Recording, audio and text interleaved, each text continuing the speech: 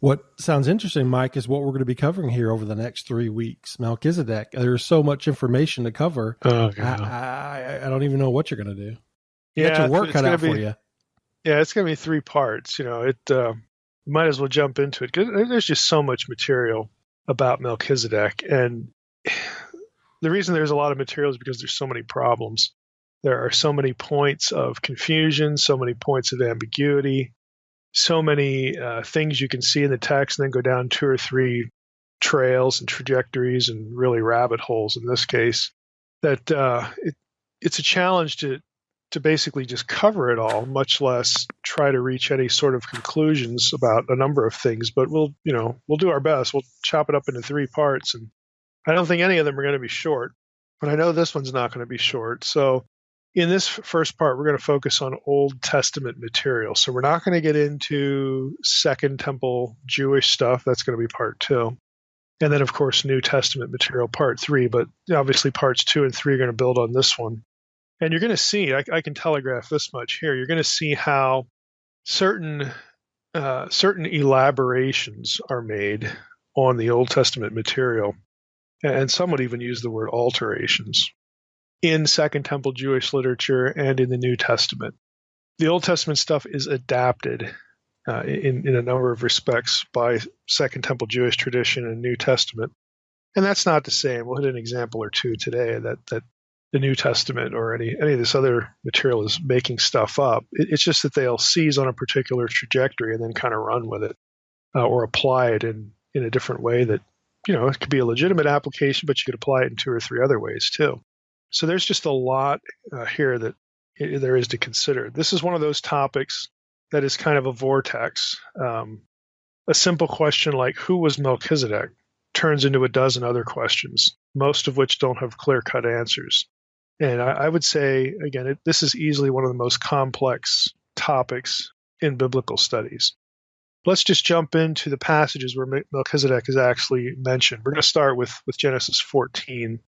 The other one is Psalm 110, but I'm going to stick here with Genesis 14, and we're going to spend a lot of time here. Then we'll pick up Psalm 110 at a certain point. So Genesis 14, 17 through 24 reads as follows, and I'm using the ESV. After his return from the defeat, of course, the person spoken of here is Abraham. After Abram's return from the defeat of Chedorlaomer and the kings who were with him, the king of Sodom went out to meet him at the valley of Shaveh, that is, the king's valley, and Melchizedek, king of Salem or Salem, brought out bread and wine. He was priest of God Most High. And he blessed him, that is, Melchizedek blessed Abraham, and said, Blessed be Abram by God Most High, possessor of heaven and earth, and blessed be God Most High, who has delivered your enemies into your hand. And Abram gave him 1/10 of everything. And the king of Sodom said to Abram, Give me the persons, but take the goods for yourself. In other words, the people that Abram had saved. But Abram said to the king of Sodom, I have lifted my hand to the Lord, God Most High, possessor of heaven and earth, that I would not take a thread or a sandal strap or anything that is yours, lest you should say, I have made Abram rich. I will take nothing but what the young men have eaten, and the share of the men who went with me. Let Aner, Eshcol, and Mamre take their share. That's the end of the pericope, the little section there in Genesis 14. Now, there are a number of issues that arise just from what we read, and really even just a handful of the verses that we read. Each has a bearing on how later literature, Second Temple Jewish literature and New Testament material, ought to be understood or how they can be understood.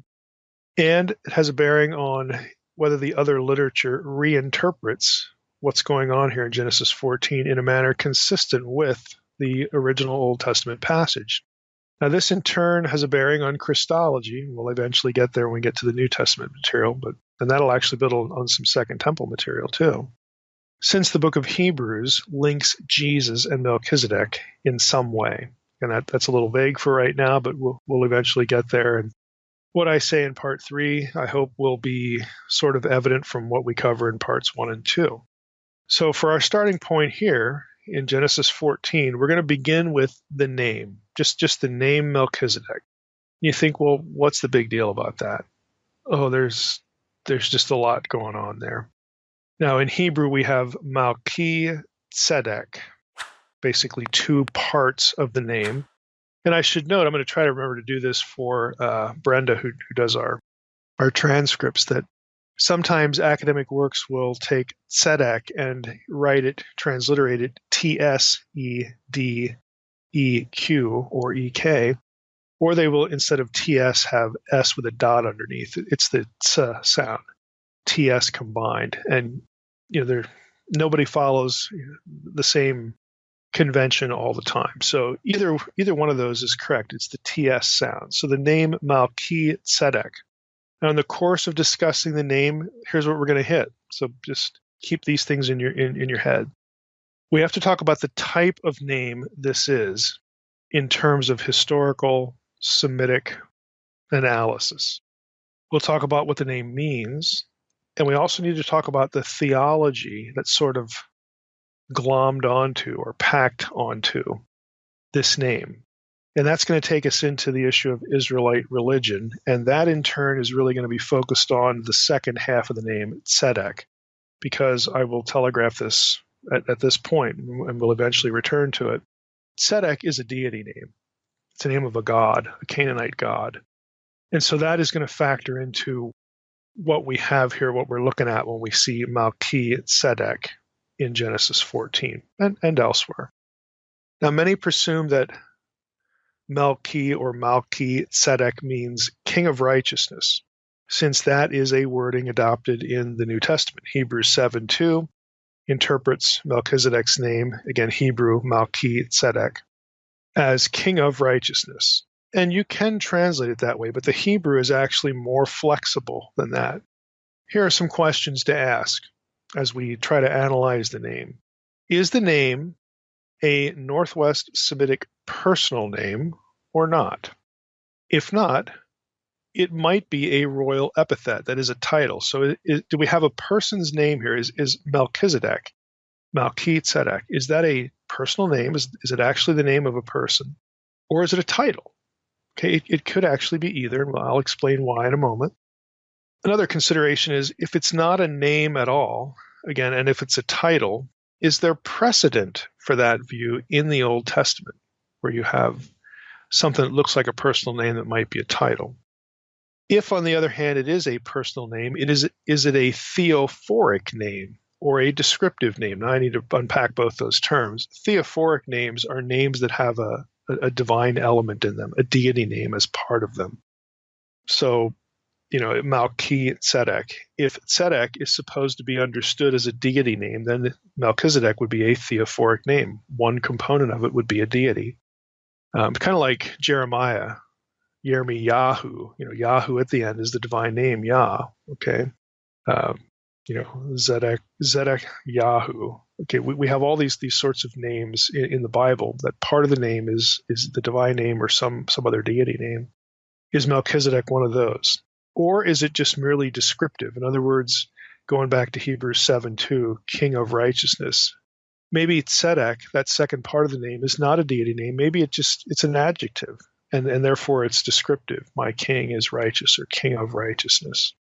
So there's all sorts of things, even with the name, to think about, and all of those things are possibilities. So let's take the name apart, as scholars would do, and start thinking about each of them. So we have Melchizedek, two parts. We'll start with the spelling. The New Testament king of righteousness presumes that the name is what is called in Hebrew grammar a construct phrase. That means two nouns next to each other. There's noun X and then there's noun Y. So you have an X of Y relationship, this noun of that noun. So in this case, it would be the word for king, Malch in Semitic, and then we'd have the word for righteous or righteousness. So king of righteousness, king of righteousness, noun of noun, X of Y relationship. So that's possible. Okay, it's possible. However, there's actually something that's kind of in the way of this. The first part of the name is Malki. It's a noun, M-L-K, plus a suffix, that little E on the end, the little I letter. You cannot have, by rule of Hebrew grammar, a suffix in between two nouns in a construct phrase. So it looks like that last little letter, that little I letter. It's a yod in Hebrew. That shouldn't be there. It messes up the construct phrase. And if it's not a construct phrase, then what in the world's going on? It wouldn't be King of Righteousness. It would be my king. There's the noun plus the suffix malchi. My king is righteous, or my king is Sedeq, the deity. So which one do we have? Is it a construct phrase or not? Now, there's a way to sort of get around this. There's something called the Sedeq compaginus, which is a sort of an arcane point of Hebrew grammar and syntax, that in most simple terms, the Y that is a suffix could actually be kind of again, this gets so technical so fast. It could be the vestige of a case system. In other words, it may not be a suffix after all, even though 99% of the time when you have this little Y on a noun, it's going to be a suffix. There are apparent exceptions. And so you might have this little letter in there that messes up the normal construct phrase. It might be okay. It might not be a suffix after all, and you might actually be able to translate it King of Righteousness. But odds are, again, that wouldn't be the normative way to understand the phrase. So, what do we do with this? Well, let's just go back here and say, okay, we've got two choices where we're at right now in our discussion. King of Righteousness. Right now, if we just look at the name, that's possible, but less likely. And that means we don't have an X of Y, King of Righteousness. We don't have that X of Y relationship between nouns. We have something like my king is, fill in the blank, either righteous or tzedek. So we either have a theophoric name, where a deity is part of it, my king is Sedeq, whoever Sedeq is, and again, we're going to talk about Sedeq as we continue. You either have that situation, or you have some description. My king is righteous. It's either an adjective. Sedeq is either an adjective or a deity name. That would be the normative way of reading this. Now let's take the second one. My king is Sedeq for a moment. Sedeq is a deity. This is a known deity from Canaanite religion. And of course, Melchizedek is not an Israelite. He's not a descendant of Abraham. He is a Canaanite. So if we look at it as my king is Sedeq, and we'll again talk a little bit later about who Sedeq was and how can that be reconciled with the Most High? Isn't that Yahweh? Who's this Sedeq guy? So we have to address that. We'll return to it. We're just focused on the name here. If we take it as my king is Sedeq, then we have something to not to worry about, but something to consider and try to parse. There are other names like this. Okay, there are examples of theophoric names in the Old Testament, as I mentioned, and a little bit of a wild card here. The first part of the name, MLK, that's also a deity name from Canaan. So you might actually have two deity names here. You could have my king is Sedeq, or if we take MLK as a deity name, you could have Melech or Malk. This isn't the way this wouldn't be Molech. Okay, that would be something different. But you have MLK is righteous. So we have an MLK deity known from Canaan, and we have a Sedeq deity known from Canaan. So, what do we do with all that? Now let's take a look at the Old Testament. I'll just give you a couple examples that'll probably, I hope, sort of unravel the complexity here. You have names like Malkiel in the Old Testament, Genesis 46:17. That could be translated, my king, Malki, that's Hebrew for my king, is El. El is a deity name. You could also spell it or have a variety, a derivative, something similar as Malkiyah. Okay, we have Ezra 10:31, Jeremiah 38:6. That would be my king is Yahweh or Yah. We also have names like Yehod-Sadak or Yod-Sadak. That would be the first part of the name, Yeho or Yo. Again, in Hebrew, I can't explain why Yo is still a divine name in a podcast, but either of those would mean Yahweh is righteous. Haggai 1:1, Ezra 3:2, you get those examples. And if you're paying attention, you might think, well, couldn't it also mean Yahweh is Tzedek? Yeah, it could. Again, so what in the world are these people in the Old Testament? What are they thinking when they take these names? Were they names given at birth, or are they titles later? Or do they make theological statements? Are they titles that just sort of telegraph some belief that the person has? And we don't really get the true name of the person. What's going on here? And again, all these things are possible with Melchizedek. It could be my king, is righteous. My king is Sedeq. It could be king of righteousness. It could be something like Malch is righteous or Malch is Sedeq. It could be any of those 5 things just in this one little name. Another example from the book of Joshua, Joshua 10:1, Joshua 10:3. The closest example is Adonizedek. In Hebrew, it would be Adoni, my Lord, and then Sedeq.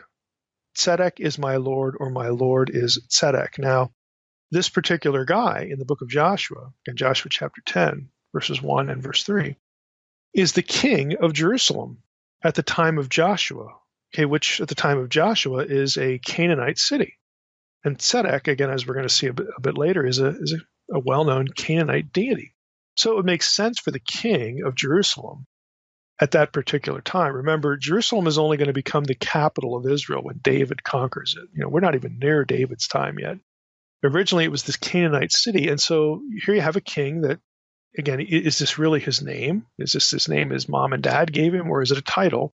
But either way, we know him as Adoni, my Lord, is Tzedek, which would make a lot of sense given in context. Well, if it makes sense for him in the days of Joshua, why wouldn't it make sense in the days of Abraham, to have Melchizedek mean my king is Tzedek, Melchizedek? Again, taking on this name of a Canaanite deity, because he's a Canaanite. Again, he's not an Israelite. Now, I realize, when you get into discussion, you look at this and you go, well, that makes me a little uncomfortable because, in Genesis 14, this guy is supposed to be priest of the Most High God, and if his king is Tzedek, then how in the world does that work? What happened to Elyon, God Most High, the God of Israel? Who's this Tzedek guy? Again, these are difficult questions, and in today's episode, we're going to have to get into those things, but we're still at the name. So I'm not done with that yet, because there are other things to consider here in relationship to what we've already said. Now, as far as, again, Adonizedek, okay, just so that you fix it in your mind, because we're going to come back to this more than once, we have in him sort of what some scholars would say is kind of a template example, a very convenient parallel. My Lord is Tzedek. He's in Jerusalem. That's in the land of Canaan proper. It's Canaanite territory. Again, Joshua's in there to conquer things, but he doesn't actually conquer Jerusalem, because Jerusalem, by the time of David, is still not in Israelite control. David is the one who has to conquer it. So we could have a thoroughly Canaanite context for certainly Adonizedek and very likely Melchizedek. So if we presume Melchizedek is a proper personal name, it's probably theophoric. It's probably my king is Sedeq. Now, that we can't say that conclusively. It might be descriptive. It might be my king is righteous, and then referring to some unknown king that Melchizedek was beholden to. We just don't know. But if we look at Adonizedek as this sort of really convenient example, a lot of scholars are sort of steered into the direction, because of Adonizedek in Joshua 10.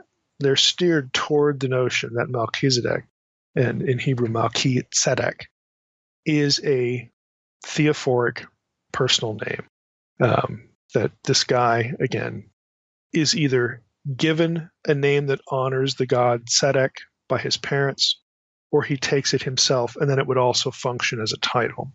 Now, in the dictionary of IVP's Dictionary of the Pentateuch, Dictionary of the Old Testament, the Pentateuch volume, S.J. Andrews notes the following in this regard. So this is a short section from his entry on Melchizedek in the Pentateuch volume. He says, Melchizedek and Adonizedek may have been Canaanite royal epithets. So he's going to try to defend the epithet view, that this is not necessarily a personal theophoric name. So here's the other side. E.A. Spicer has argued that Melchizedek is just the Canaanite equivalent of the Mesopotamian title Shar Mesharim, which means the just king or the righteous king. This would suggest that Melchizedek is a royal title rather than a personal name. The use of MLK and then Sedeq as a descriptive title is actually attested a few times in the Northwest Semitic world. A 14th century BC letter addressed to the king of Egypt, discovered at Ras ibn Hani, that's going to be an Ugaritic context, contains several royal epithets applied to the pharaoh. Included in this salutatory list are such titles as MLK, that's the word for king, again in Semitic, ML king and then RB, Rav, the great king, and MLK Mitzrayim, king of Egypt, as well as the phrase MLK Tzedek, the just king. So that, again, to interrupt Andrew's little essay here, that's precedent, again, for taking this as a descriptive epithet, the just king. So here you have this guy come out to meet Abram. He's a priest of the Most High God, and his name happens to be Melchizedek, and it just means his title is the just king, or my king is just.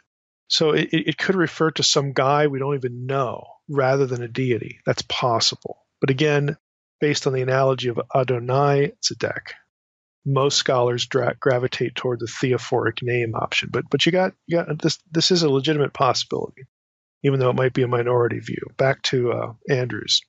He writes, the 10th century BC inscription of Yechemilk, king of Byblos, claims that he is MLK Tzedek, and then the conjunction and MLK Yashar, so that he is a just and upright king. So there you get the MLK Tzedek in that inscription from Byblos. Later in the 5th century BC, the inscription of Yechalmilk, also king of Byblos, contains the phrase, for he is a just king, a MLK Tzedek, just king. That's the end of Andrew's entry. So I think he marshals a decent amount of evidence there that the elements of Melchizedek's name might be a royal title, might be an epithet, might be some descriptive phrase about some guy that we don't even know who it is, because it wouldn't be the guy standing in front of Abram. See, he's a priest of the Most High God, and his name, again, would be honorifically given to him to honor his king, whoever that is. Or it could be a theophoric name. My king, the guy who's standing in front of Abraham, his name is a theological statement. My king is the deity, Tzedek. Those are your two major options. Again, Hebrews 7:2, king of righteousness. You can sort of get there from my king is just or my king is righteous. It's just a little, not a play on words, but it's just another way of saying the same thing. So the New Testament, rendering of this isn't inaccurate. It just doesn't inform us about what the other options are. Now, let's go to, again, the way that this is described, because now we have another element here that might, again, make us gravitate away from one option and toward another. Genesis 14:18 actually does describe Melchizedek as a king. He is the Melech Shalem, the king of Salem, king of Shalem. Okay, so if he's the king of Shalem, and his name is Melchizedek, it's kind of weird because the guy standing in front of Abraham is a king. He's the king of Shalem. But does his name mean my king is righteous? Well, if he's the king, who would his king be?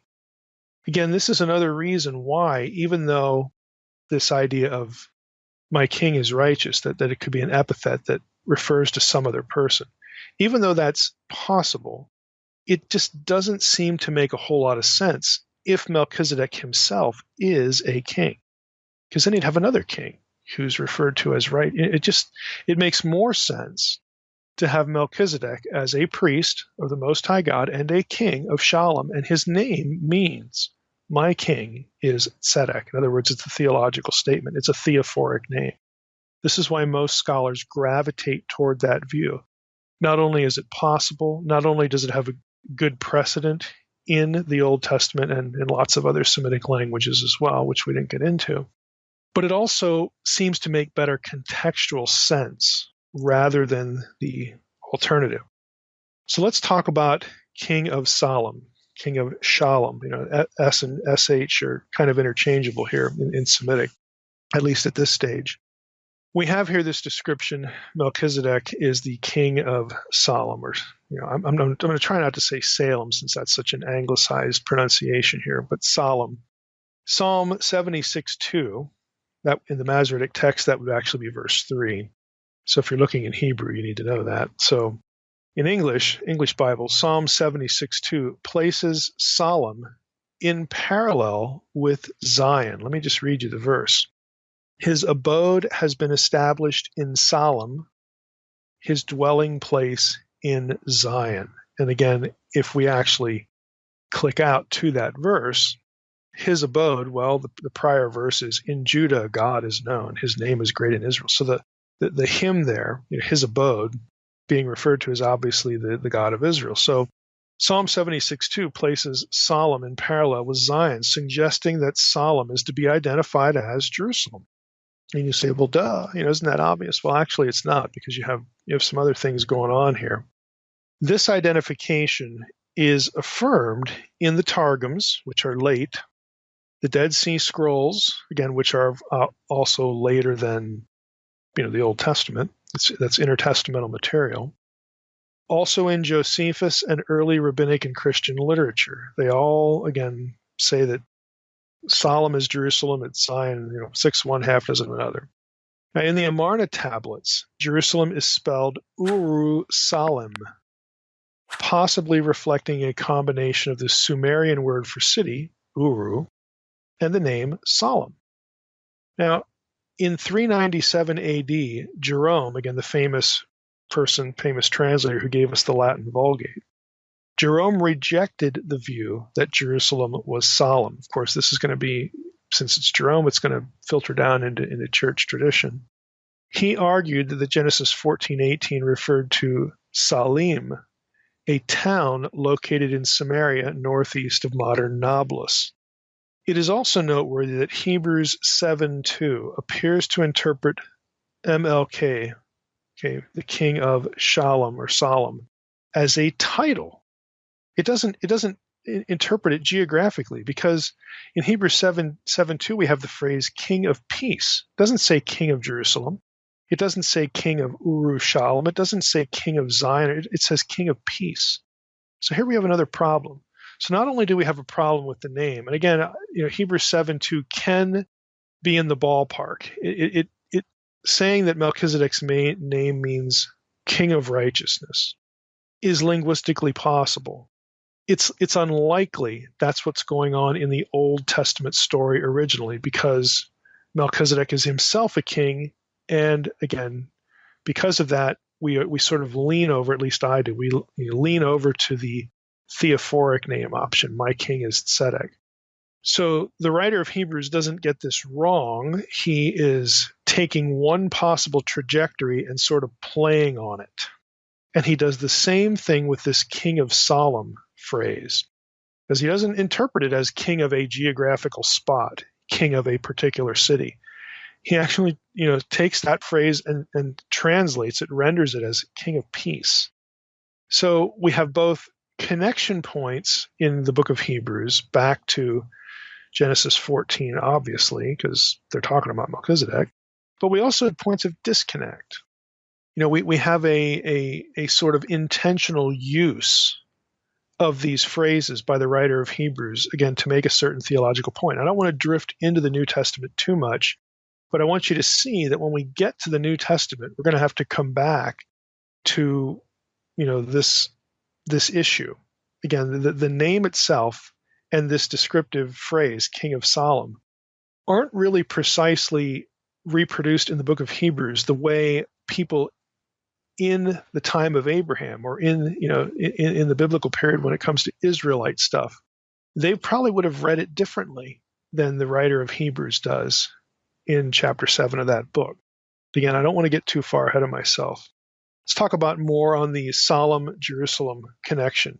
I'm going to quote now from Anchor Bible Dictionary at length here, Philip King's entry on Jerusalem, because it's kind of interesting. It gives you, again, some of the backdrop here to the term. He writes, "A long history lies behind Jerusalem. It was the name of the city from early times. Jerusalem is mentioned for the first time in the Egyptian execration texts, which are 19th to the 18th centuries BCE, where the form of the name is probably to be read as Rushalimu. The name appears again in diplomatic correspondence, this time as Urushalim in Akkadian in the Amarna letters, 14th century BC. Abdi Khiba, a vassal of Egypt who was reigning in Jerusalem at the time, sent letters to the Egyptian pharaoh, Amenhotep IV, who was Akhenaten, affirming his loyalty, again, to the pharaoh. Later Assyrian texts also refer to Jerusalem. For example, in the records of Sennacherib's siege of Jerusalem in 701 BC, the form Ur-Salimu, or other variant spellings, appears. The name Jerusalem, Hebrew Yerushalayim, is of uncertain etymology. Although it is apparently of West Semitic, i.e. Canaanite origin, it appears to be composed of two elements. Yeru, Y-R-W, which means to establish, and Shalom, S-H-L-M, the name of the West Semitic god, deity, Salem. Okay, so here we run into another deity name. Shalem is a deity in Canaanite religion. We keep running into Canaanite deities here, don't we? We have Malch, we have Sedeq, and now we've got Shalem. Again, that shouldn't disturb you because look at the context. We have Abraham, he's in Canaan. We don't have, we don't have the conquest yet. We don't have anything. It's Abraham. Okay, we don't have any of this territory under the dominion of Yahweh, the God of Israel. We have Canaanite location, and you would expect Canaanite names. And if people are naming things in Canaan, they're going to be naming things after deities because, hey, that's what you do. It's honorific. So we have here, again, it could mean Yeru, to establish, and then Shalem or Shalem, the name of the West Semitic god Shalem, patron of the city. The meaning, continuing now with ABD, the meaning may be foundation of Shalem. In other words, foundation of the god, the deity, Shalem, mentioned in a mythological text from Ugarit. Genesis 14:18 refers to Melchizedek as king of Salem or Shalem, likely Jerusalem. If so, this shortened form is the first biblical allusion to Jerusalem. In other words, if it really is Jerusalem, this is the first time it's mentioned. In Psalm 76:3, Salem, Shalem, is used in synonymous parallelism to Zion, referring to the divine dwelling. Joshua 10:4 contains the first specific biblical reference to Jerusalem, whose inhabitants were Canaanites. Again, in the days of Joshua. There it relates to Adonizedek, king of Jerusalem, who formed a coalition with neighboring kings and attacked Gibeon. Joshua defeated them, but Jerusalem was not taken. According to Judges 1:8, the Judahites captured Jerusalem and destroyed it by fire. The text is historically, let's put it this way, the writer here, Philip King, says the text is historically unreliable. He doesn't take this as a historical statement because, he continues, Jerusalem was not conquered until the time of David. Well, let me just editorialize here. You can burn the city and not occupy it, okay? It's not real complicated. Back to the selection. Some Old Testament texts, Joshua 15:8, 18:28, Judges 19:10, so on, equate Jebus, Jebus, the name derived from the pre-Israelite inhabitants of Jerusalem, with Jerusalem. Well, how can you, again, this is me now interrupting. Wait a minute. How can you have Urushalim and have this be Jerusalem and who's this? What's this Jebus? Okay, the Jebusites, original inhabitants of Jerusalem. So how does this term fit in with these other ones? Well, King continues. He says, Jebus is the name derived from the pre-Israelite inhabitants of Jerusalem. Conveys the impression that Jebus, Hebrew Yavus, was the pre-Davidic name for ancient Jerusalem. The city was never actually called Jebus, though it had been a Jebusite settlement. The Amarna tablets attest that Jerusalem, not Jebus, was the name of the city. Nor does Jebus appear in other ancient Near Eastern texts, whereas we just read a bunch of examples. Urushalem, Jerusalem, actually does show up in ancient texts. Despite the lack of extra-biblical evidence, King says, some would argue that Jebus and Jerusalem designate the same city. Others suggest that Jebus may be identified with Shaphat, situated slightly north of Jerusalem. So that's the end of King's entry.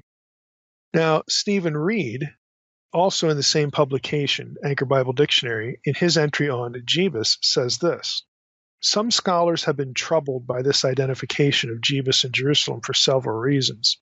First, this identification is found in each case in a parenthetical note, which could be a later redactional, that is, editorial, or scribal addition to the text. Second, while the name Jerusalem occurs in the 14th century El-Amarna texts and in the 19th, 18th century BC execration texts, no reference is ever made to Jebus. Third, Jerusalem seems to be too far south to be located on the southern border of Benjamin. While the Jebusites inhabited and controlled Jerusalem, this does not necessarily mean that Jebus was Jerusalem. Miller contends that the later scribes misidentified Jebus with Jerusalem on the basis of the Jebusite control of the city and suggests that Jebus should actually be located at present-day Shaphat. If Jebus was actually used as a name for Jerusalem, it must have been a temporary name and must have existed alongside the older name, Jerusalem. So I read those two selections again to alert you to the fact and to alert listeners to the fact that, we're well aware here of the Jebus-Jerusalem issue. We're well aware of the Urushalem, the focus on the Jerusalem name and other ancient Near Eastern texts. So we're not skipping any of the thorny details here on the podcast. We don't do that. But what it really comes down to is most likely, again, not because of the Bible or because we have something to defend here. It is most likely that Jerusalem, Urushalem, is the original name and the only name actually of the city, and Jebus could have been something very close to adjacent to it. And the people of that area moved into the city, took control of it for a while, and that's where the association came from. So back to Melchizedek, you've got him as king of Shalem, king of Salem, and that would make sense. Okay, that would be historically accurate because of what we just read. Back in the days of Abram, this place would have been known not as Jebus, it would have been known as Urushalem, the city of Shalem or the foundation of Shalem. And again, Shalem is a Canaanite deity. So what do we have to this point? Let's just summarize a few things. We have somebody named Melchizedek in Genesis 14. He's both a king and a priest. So his name is probably theophoric. My king is Sedeq. Okay? Because my king is righteous as a title, that would make this king, Melchizedek, referring to some other king, which doesn't make a whole lot of sense. We have a king priest then of a Canaanite city. The city is Salem, Shalem, Jerusalem, for all practical purposes here, in pre-Davidic days, prior to the Israelite occupation under King David. We have a Canaanite orientation, therefore, and that makes sense in light of Joshua 10, and Adonizedek being the king there. Okay, a little bit later, we still have this place under Canaanite control. That makes good sense. Historically, it's clearly a Canaanite name. And it's arguable that the name of the king of this same place, remember, Adonizedek is the king of Jerusalem, and Melchizedek, a few hundred years, prior to him, was king of Salem. So he would have been king of the city, and then Adonizedek is the king of the same city.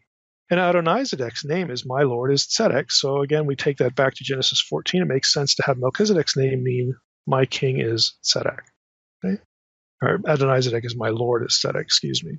So you have two guys, likely king over the same place at different time periods, and both of their names have this Sedeq element in it. And it's a Canaanite context. So that's what we have to this point. All right, it sounds good. All right, Mike, well, I'm ready for the second half of Melchizedek in the Old Testament. Yeah, absolutely. Let's get into that. So, who in the world is Sedeq? It's time to focus on who's this deity. Why do we have this deity name here? Why do we have what looks like a foreign deity name associated with this guy whom Abraham is talking, with, who's blessing Abraham in the name of the Most High God? Because that kind of suggests that Sedeq is the Most High God, not Yahweh. See, that's the issue here for a number of scholars, a number of readers. So that's where we have to focus. Now, I'm going to read extensively from Bernard Bato, his article on Sedeq in Dictionary of Deities and Demons in the Bible. It's very good. Again, this is going to be an extensive quotation, and he goes through the material. Then I'll make some comments, typically like I do as we go, and then also afterwards. So here's Bato, again, a lengthy excerpt from DDD. He writes, the West Semitic deity Zedek or Tzedek, righteousness, is found in the Bible only in personal names. Melchizedek, Genesis 14, Psalm 110, and again, the book of Hebrews, obviously. And secondarily, Adonizedek, Joshua 10, 1 and 3. Both of them are Canaanite kings of pre-Israelite Jerusalem. Tzedek is probably to be identified with the deity known as Ishar among the Amorites and Kitu in Babylonian, and thus a hypostasis or personification of the god Shamash's function as a divine overseer of justice. Now that's two sentences in, and we've already got things to unravel. So this is Mike now. Basically, you have a deity that went by different names among different people groups, and among those different people groups, the names that they used were indicative of the sun gods, Shamash. That's a Semitic word for sun, of Shamash's role as divine overseer of justice. Now, think about it this way, just think about what I just said.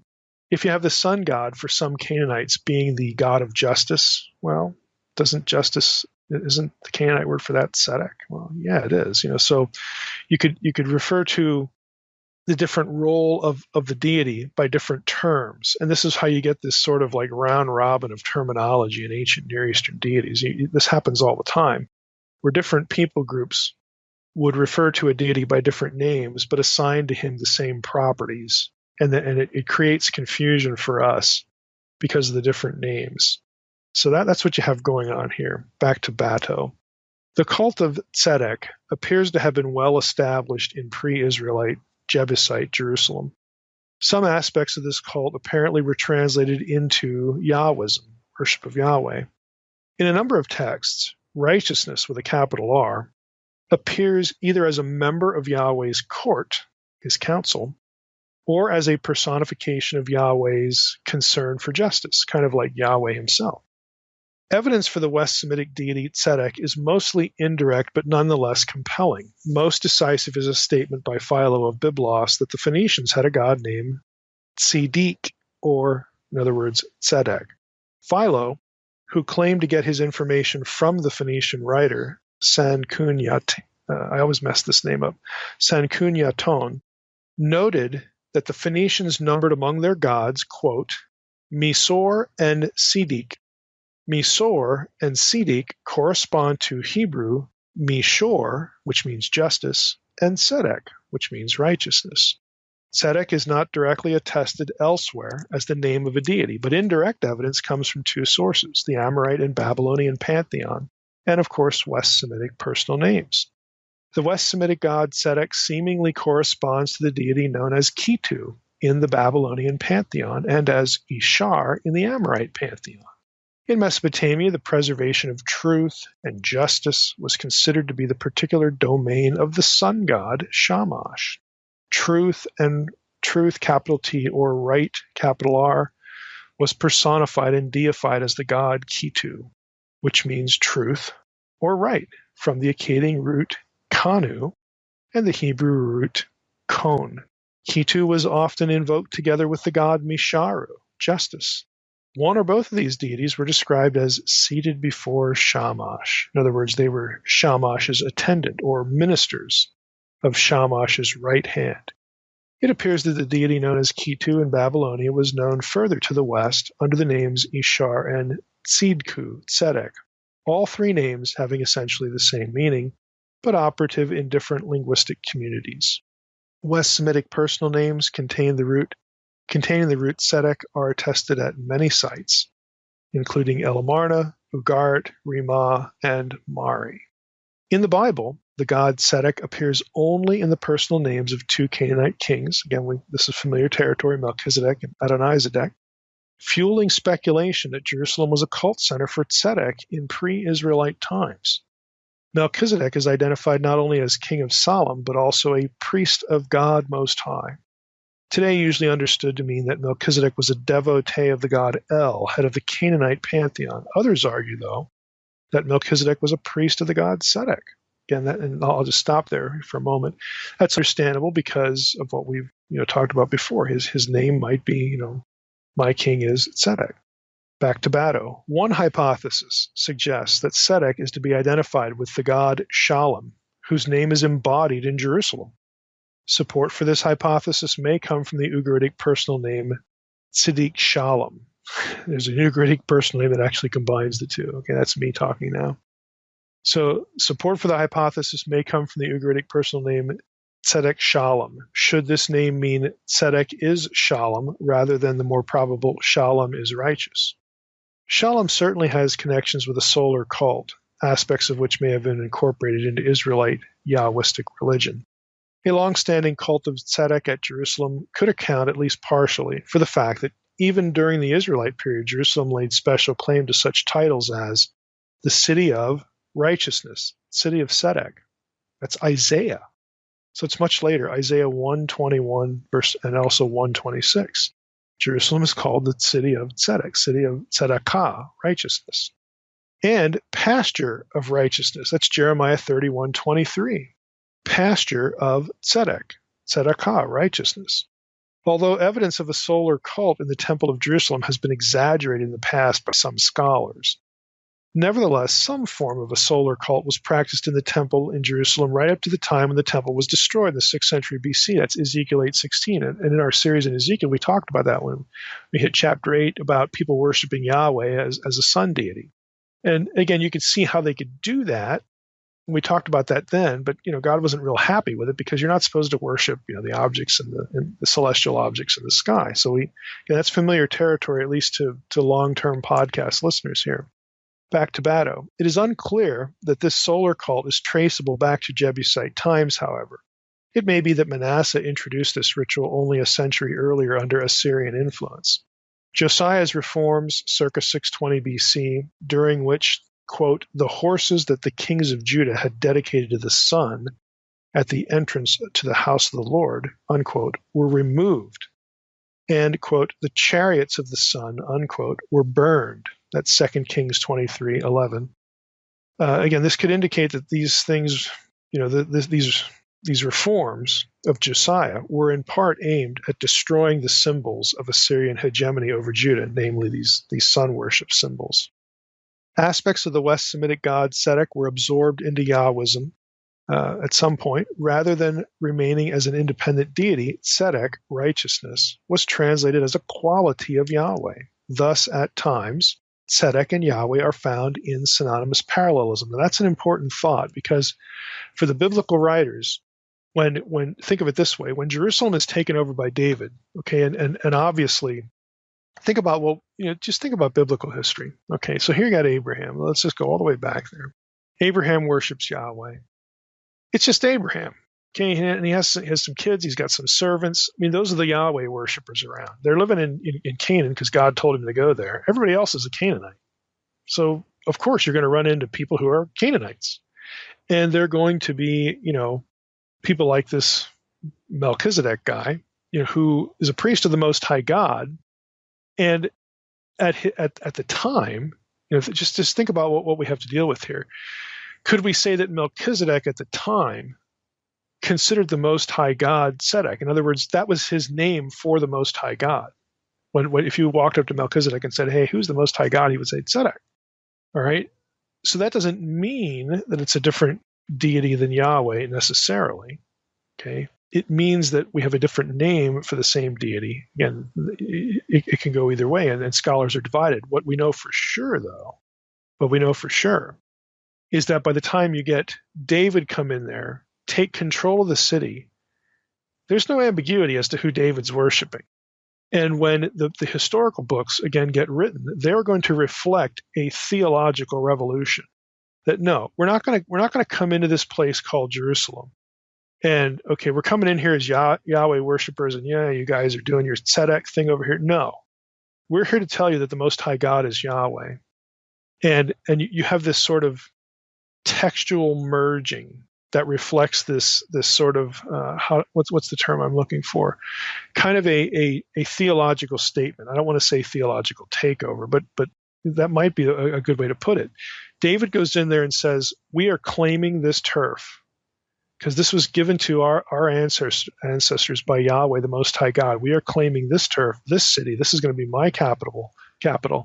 I am the one chosen, by God to be king, and this is going to be His place. And we're not messing around with all these other deity names. If there's talk of the Most High going on here, we're not going to use the term Sedeq. We're going to use the term Yahweh because He is the Most High. So it's difficult for us looking at this, to think, how this system kind of worked. Again, maybe this is a poor analogy, but think about the way we refer to God. We refer to God, as Yahweh, as El Shaddai, as Father. If we really sat down and thought about it, we probably got 10 or 15 ways that we refer to God. And we don't theologically have any other deity above Him, but yet we use all these different names. And what if we were doing that in a historical context where some of the people who heard us use these names thought we were referring to other deities? That's the kind of thing you have going on in biblical times. It's really confusing to know who's thinking what about a single deity or more than one deity at any given time. And so what the biblical writers try to do is they try to consolidate. They're making theological statements. They have to include, some of these other names because they're just parts of history. They're historical events. They're historical, deities. This is the way things were. But the biblical writers make an effort to make a theological statement and sort of merge all of these things into Yahweh, or they take these other names and they align them with Yahweh as the Most High God. And when you do that, and when you codify it, when you actually produce a written document, this thing we call the Bible, the Old Testament anyway, that's the thing that your people are going to read and be taught from. And so that act of codifying this theological thinking, this theological, how do I want to say it? This theological statement, this theological corrective or point of clarification, this theological clarification about who it is we're worshiping. When you do that and you codify it in a written document, again, the Old Testament, that is sort of at the forefront of a transition of theological thinking.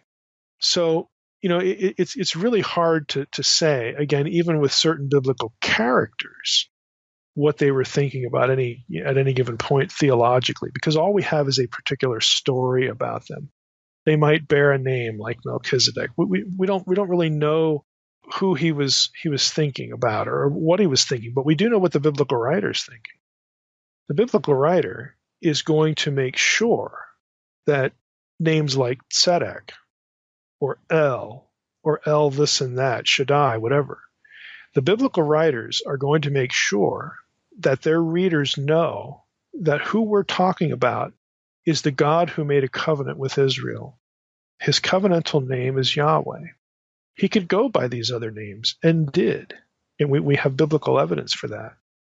Their agenda, and I'm using that in a good way, they're trying to teach theology by this strategy of subsuming all this other deity stuff, these deity language, these deity names, subsuming that into Yahweh of Israel, the covenant, name the God who brought us out of Egypt and all that sort of thing.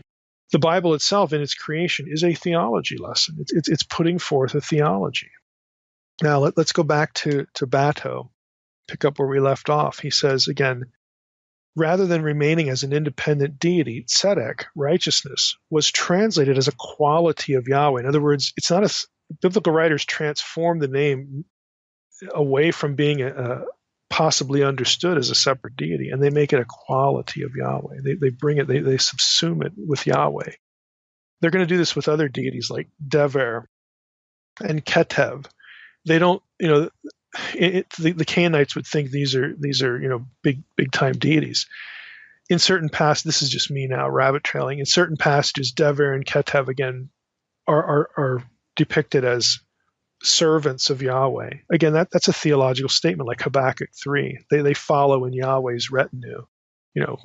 Dever, and Ketev is plague. This sort of plague language and disaster language.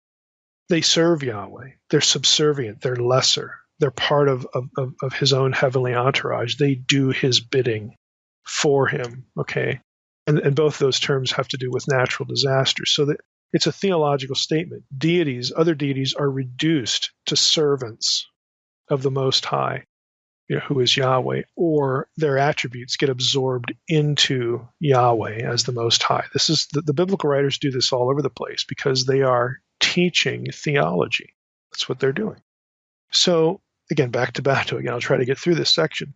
Rather than remaining as an independent deity, Sedeq, righteousness, was translated as a quality of Yahweh. Thus, at times, Sedeq and Yahweh are found in synonymous parallelism. Here's some examples. Hearken to me, you who pursue righteousness, Sedeq, you who seek Yahweh. It's Isaiah 51:1. They're used in tandem there. Another example, they will be called the oaks of righteousness, Sedeq, the planting of Yahweh. Isaiah 61:3. Sedeq and Yahweh used in parallel. Psalm 4:6, sacrifice sacrifices of righteousness and trust in Yahweh. At other times, Bato continues, righteousness, again capital R, seems to be used as a part of a compound name, Yahweh, righteousness. That is in Psalm 17, verse 1. You have, ESV has, hear a just cause, O Lord. And in Hebrew, you could actually translate that, hear, O Tzedek, Yahweh. You could combine those names there. Attend to my cry. Sometimes, Bato continues, it's also used as a substitute for Yahweh. For unto righteousness, unto Tzedek, will judgment return. That's Psalm 94:15. In some instances, righteousness, Tzedek, appears as a hypostasis of the divine sovereign's invincible right arm, by which he rules the world and protects his devotees. Psalm 48:11. Righteousness, Tzedek, fills thy, in other words, Yahweh's right hand, fills Yahweh's right hand. Isaiah 41:10, I, Yahweh, will support you with my right hand of Tzedek, my right hand of righteousness. Isaiah 51:5, my, Yahweh's righteousness is near. My salvation has gone forth, and my arms will rule the peoples. In Psalm 118, the two typologies are joined after a reference to vindication through the, quote, right hand of Yahweh, unquote. In verses 15 and 16, the psalmist prays in verses 19 and 20, open for me the gates of righteousness, Tzedek, I will enter them, praising Yahweh. This is the gate to Yahweh through which the righteous enter. Poetic parallelism here allows no doubt that the gates of righteousness is the semantic equivalent of the gate to Yahweh. Yahweh is Tzedek, the defender of righteous persons. Jeremiah 33:16 also played on this theme, declaring that in the end time Jerusalem will be known by the name Yahweh is our righteousness. Yahweh is our Tzedek. Now, one more section from Bato here. Tzedek and Mishor. Again, remember those, righteousness and justice is what those terms mean. Tzedek and Mishor were attendant deities of Shamash. They also have their reflexes in Yahweh worship as dual qualities of the God of Israel. Isaiah 11:4 says that the Spirit of Yahweh will possess the Messianic king, with the result that, quote, he will judge the weak with righteousness and defend the poor of the earth with justice. He will judge the earth with Sedeq and defend the poor of the earth with Mishor. That's Psalm 45, 7 and 8. Other passages substitute the plural mesharim for Mishor as the parallel word to Sedeq, but the concept is the same. Example, Psalm 9:9. He judges the world with righteousness, Sedeq. He judges the peoples with justice, again, Mishorim. Psalm 58:2 contrasts the righteous rule of Yahweh with the chaotic rule of the false gods. Quote, do you truly, O gods, speak righteousness, Sedeq? Do you judge humans with justice, Mishor, Mishorim? Psalm 98:9. In Psalm 98:9, even the normally rebellious waters of chaos acknowledge the kingship of Yahweh. Quote, he will judge the world with righteousness, Sedeq, and the peoples with justice, Mishor. In Isaiah 45:19, Yahweh derides the gods of the other nations and proclaims that he alone is capable of salvation. I am Yahweh, who declares righteousness, Sedeq, who announces justice, Mishor, unquote. That's the end of Bado's entry, at least what I'm going to use from it. So you see what the biblical writers are doing. Where does all this leave us? Biblical writers polemically associated Yahweh and Sedeq. They merged them. They combined them. They are teaching theology. Consequently, Melchizedek could bear the name of Yahweh or Sedeq and not violate the theological proposition that Yahweh or Sedeq, because in the final form of the biblical text, they're one and the same. Okay, he could bear the name Sedeq and refer to him as Most High because Sedeq was Yahweh. Okay, it's not a problem. In its historical setting, again, do we really know that Melchizedek comes out to meet Abraham and he's, hey, hi, I'm Melchizedek. My name is, my king is Sedeq, and I really know that that's your Yahweh. Is Melchizedek thinking that? Well, we don't have any way of knowing that. But again, let's stick with what we do know and what the biblical text shows us. What we do know and what the biblical writers do is they make it clear that, look, we got this plurality of names going on here, but it's Yahweh who is the Most High. And all of these other names are going to be subsumed into him because that is our theology. That is what we believe. That is the truth that we are putting forth, that Yahweh is King of Kings and God of gods. And at one time, we may not have cared what name you used. At one time, we wouldn't have batted an eye because, it's kind of like inside baseball. We all know what we're talking about here. But now that we're codifying this, we're writing this down for posterity, we want to make a theological statement. And that's what they do. That is what the biblical writers do everywhere. Now, I'll add just one thought. Again, this might be a little bit controversial, but hey, that's what we do here in the podcast.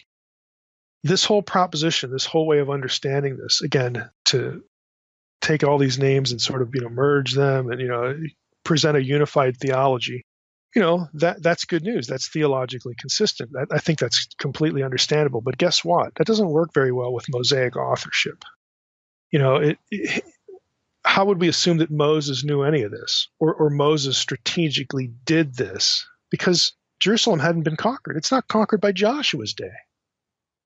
Okay, we still have a Canaanite, Adonizedek, in Joshua's day, sitting as king over Jerusalem. So, what we have here, again, I'm not saying, again, if you're listening to the podcast, my view. I'm what used to be called a supplementarian. I accept a Mosaic core of what we call the Pentateuch, and then I think there was a lot of things added to it, and of course, an editorial hand over all of it to produce the Torah in its final form. That makes a lot of sense, and it helps us to understand, things like all this name merging and how different names, plotted out at different points of biblical history is really talking about the same Most High God. That's easy for us to understand in hindsight, but it's tough to assume. It's tough to get there if you think Moses wrote every word of the Torah, because there are just things going on in the text to produce this theology that Moses just didn't know. And Moses had no reason to even think about. So again, I'm just throwing that out there. Here we are again, the simplistic view of Mosaic authorship that I've talked about before on the blog or on the podcast. I understand it, but it gets in the way. of clarity. It gets in the way of talking about what we actually find in the text in a coherent sort of way. Again, to me, I don't really care to parse out who wrote what, when, and all that kind of stuff. I'm just saying that to sort of get there in a coherent presentation, you've got to think about Mosaic authorship. You've got to think about the authorship of the Torah a little bit differently than we typically do. And in practical terms, I think this is kind of evident at this point in the podcast as we move along here. Israelite religion is messy. Again, if you take a providential view of inspiration, which I've argued is the most defensible view and the most coherent view, then you have God prompting people all along the way to do good theology, as they wrote and as they edited. The whole point of the enterprise was theological messaging. And if we believe there was a God behind it all, the God of the Bible, then the mission was accomplished. They did the job. So to summarize to this point, Melchizedek's name, again, my king is Sedeq, or my king is righteous, allowing for that possibility. And his title, King of Salem, associate him personally with kingship, Jerusalem, righteousness, peace, and priesthood. That's what we have in the Old Testament. And again, it doesn't matter if we have Tzedek as a theophoric name, because in biblical theology, in the big picture of biblical theology, Tzedek is Yahweh. That's what the biblical writers are presenting, in the bigger picture. So here we have this guy. Again, he's associated with the Most High God, Sedeq, Yahweh. He's the king of Shalom, Salem, Jerusalem. We've got themes of righteousness going on, and justice going on. He's also a priest. He's a king priest. You see what I'm doing here? There's a profile now building that people in the Second Temple period are going to use. They're going to talk about what's the meaning of this character. What he gets picked up later in Psalm 110, again, associated with messianic kingship. They begin to talk about Messiah along the lines of these themes that derive from the name and from the historical setting, Jerusalem. I'll say secondly, at no point in all of this is there any sense that this man, Melchizedek, was a divine being. Now, I know that's popular with a lot of Christians, because of the New Testament phrase about Melchizedek in Hebrews, without beginning or end. We'll get to that. What I'm telling you is you can't get a divine being out of any of this.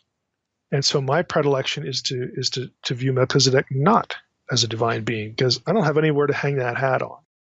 Now, if Melchizedek is a type, a prototype, we'll use that word. That might be more familiar in English. But if Melchizedek is a type of Christ, well, okay.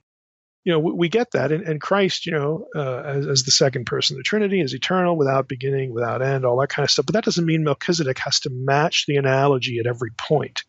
A type, again, is a prefigurement.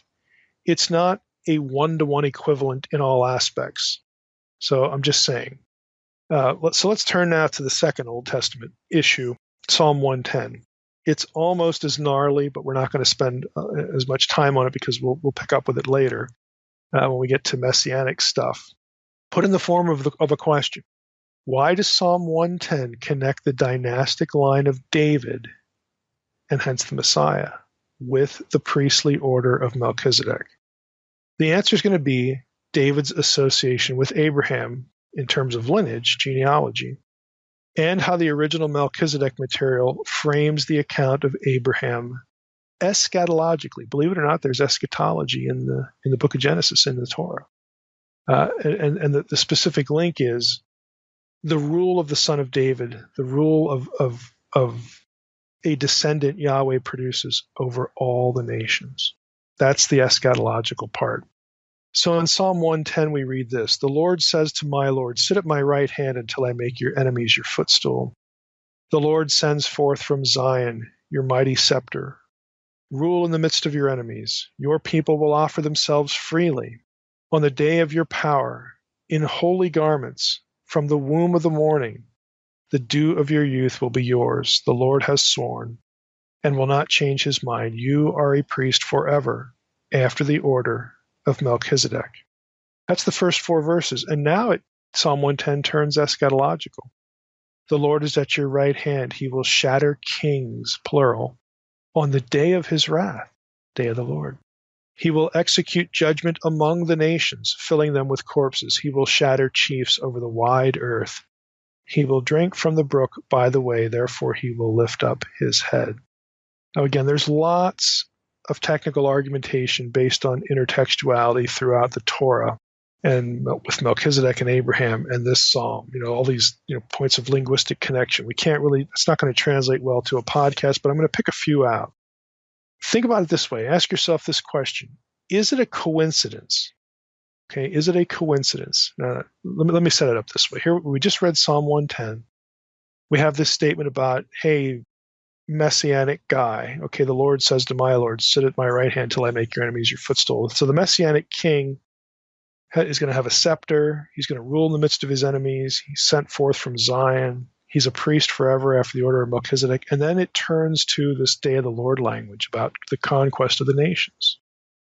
Now, is it a coincidence that talk about the Most High and the nations outside of Psalm 110, okay, that this language shows up in Genesis 14 with Melchizedek and Deuteronomy 32, verse 8?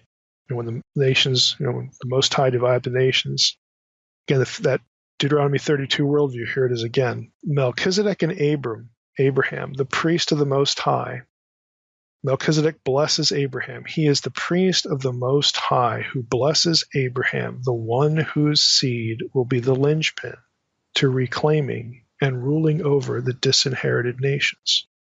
I think you can see that there are obvious theological connections here. When you talk about Melchizedek and Abraham, you're also again, if you're tuned in to the theology, again, you're reading the Bible, you have the whole Bible, you have the whole Torah at least. Let's say you've read Deuteronomy 32:8. Oh, that's just terrible. God disinherited the nations. How's he going to get them back? Then, Genesis 12, right after the Babel event, he calls Abraham. And he says to Abraham, it's through you, through your seed, that all the nations of the earth will be blessed. So Abraham has something to do with getting the nations back.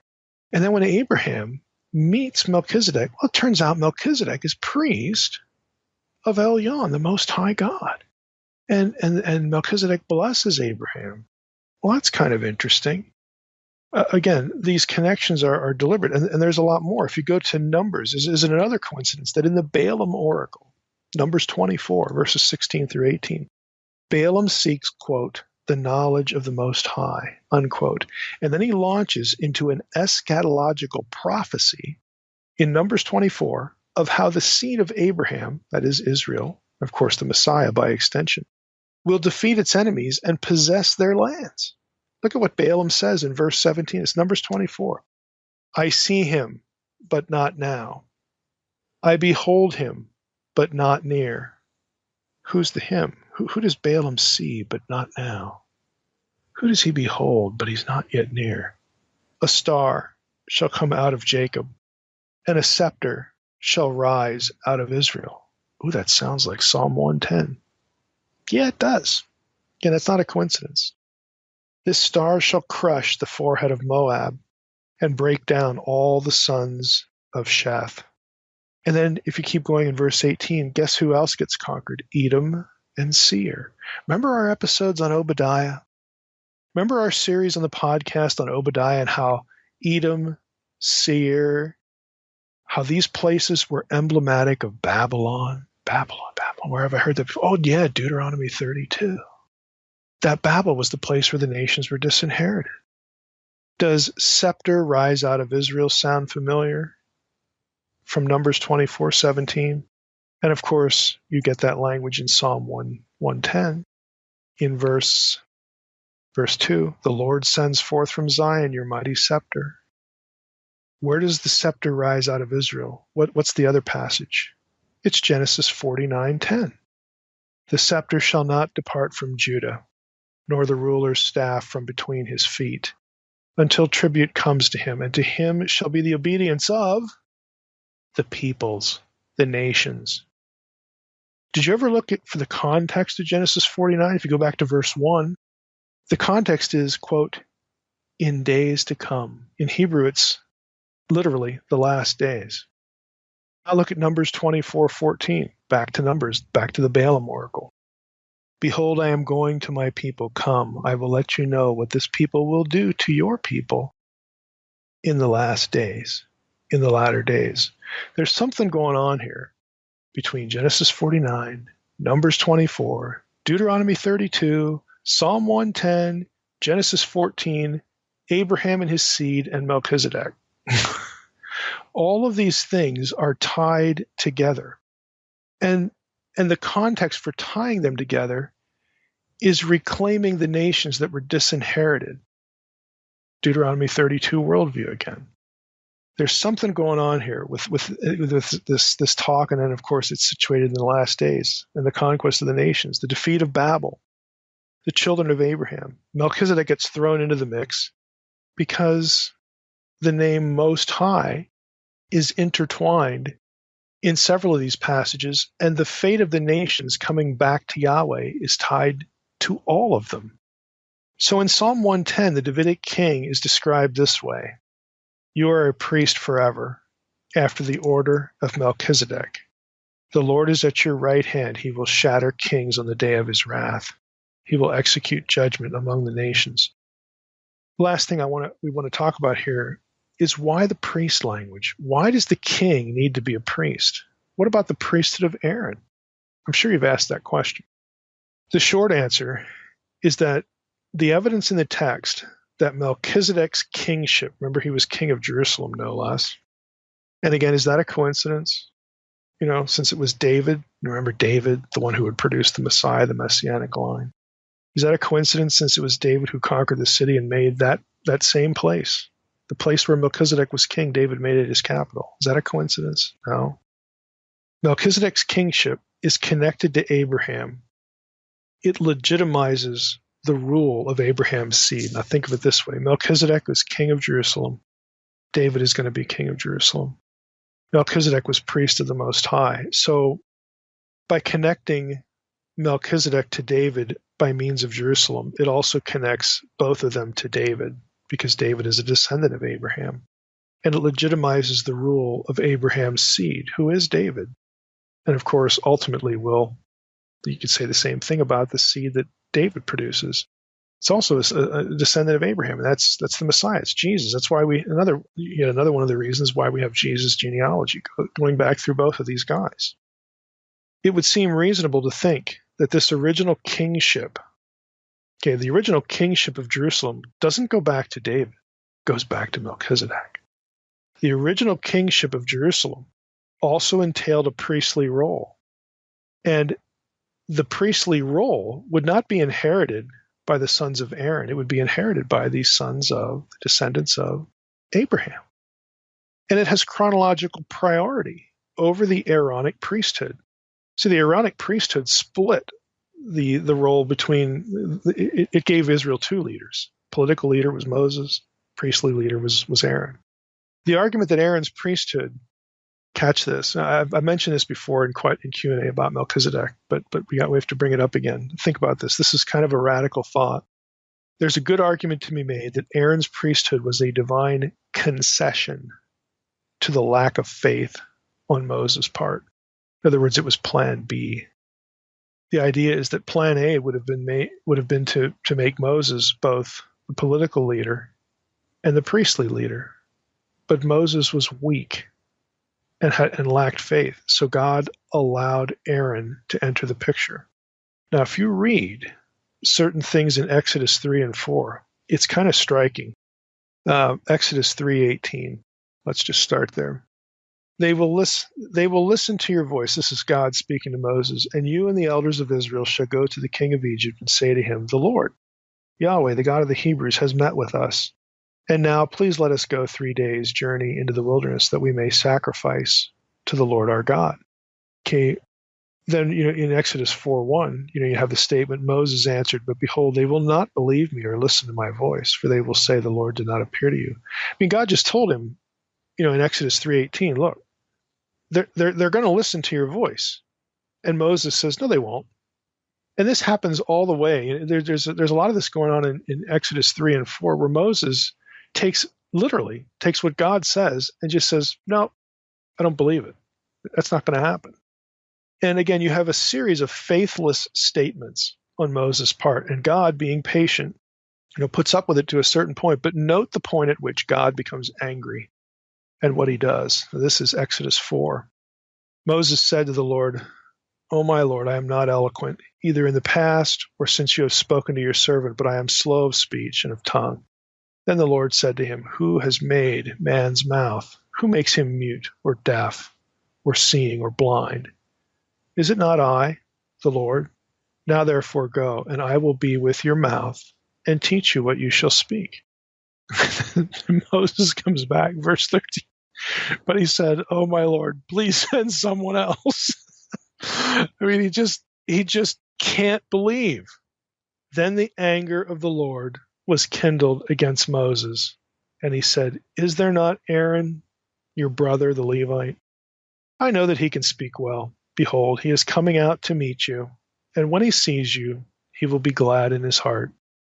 You shall speak to him and put the words in his mouth, and I will be with your mouth and with his mouth, and will teach you both what to do. He shall speak for you to the people, and he shall be your mouth, and you shall be as God to him. And take in your hand this staff, with which you shall do all the signs." That's the end of the passage, verse 17. So it's at this point that Aaron's status is elevated to co-leader. And that'll be his status, again, that his status will be what leads to him becoming the high priest. Now, again, this is the proposal, and it's not new with me. Scholars have talked about this a lot. This would mean that the Aaronic priesthood is at best a concession or an accommodation to Moses. At worst, it's a punishment. In other words, Moses is not allowed to approach the most holy place later on, but Aaron is. Moses apparently leaves for Egypt without Aaron. Exodus 4:24 through 27.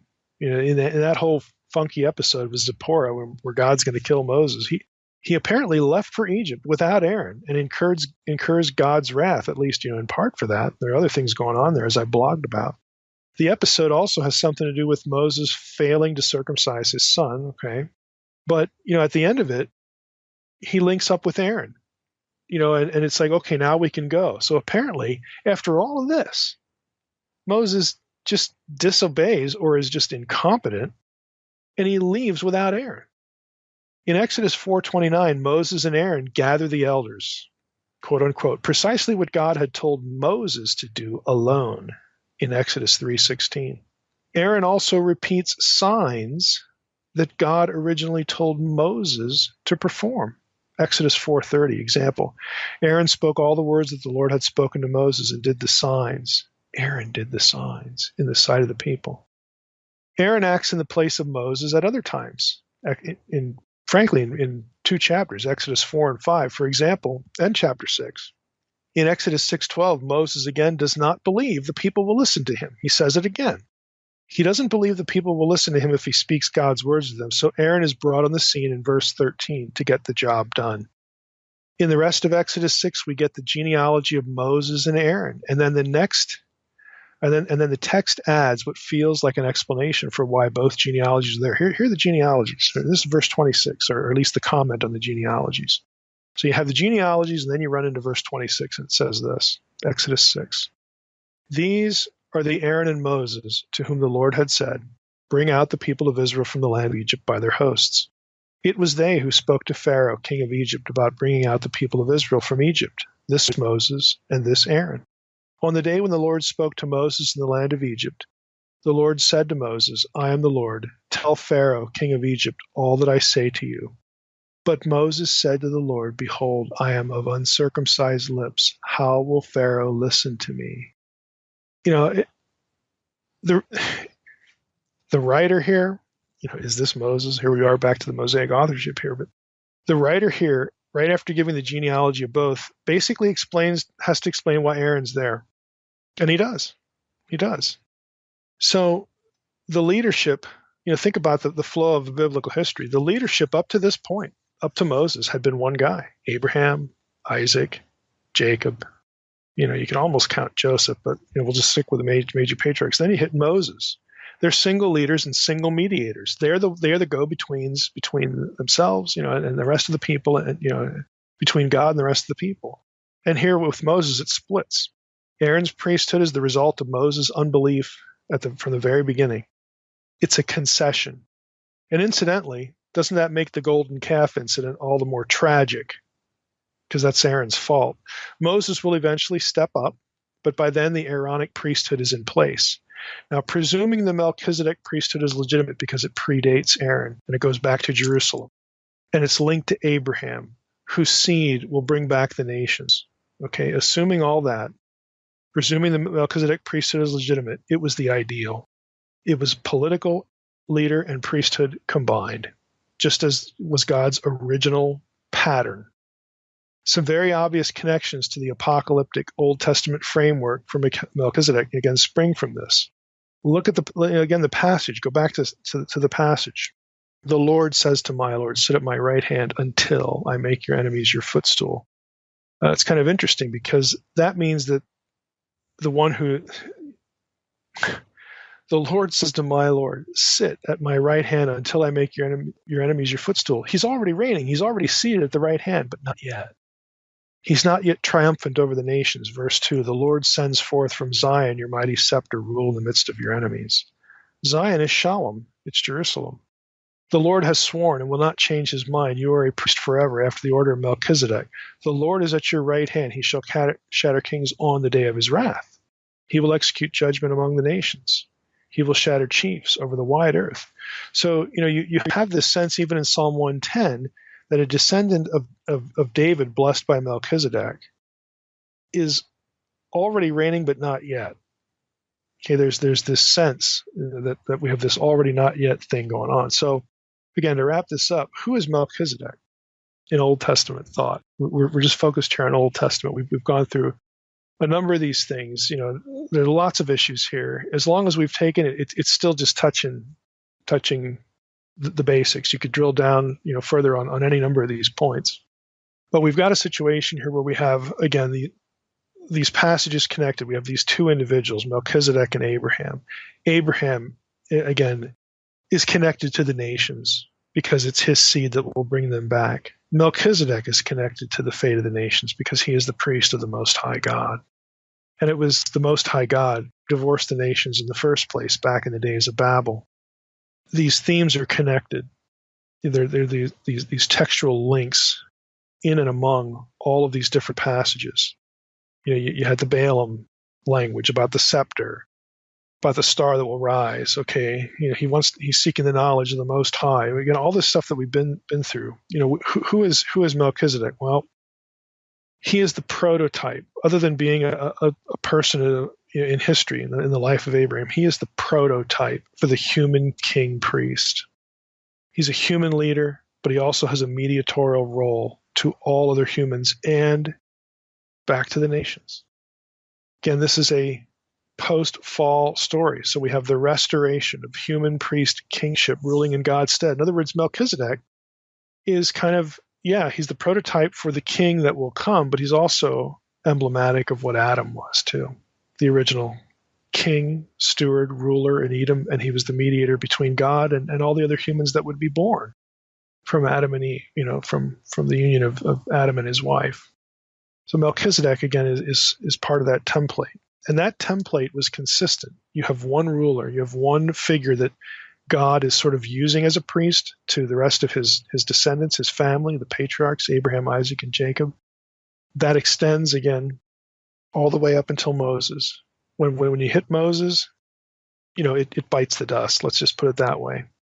It fails. It fails because of Moses. God has to make a concession. But Melchizedek, again, is the template.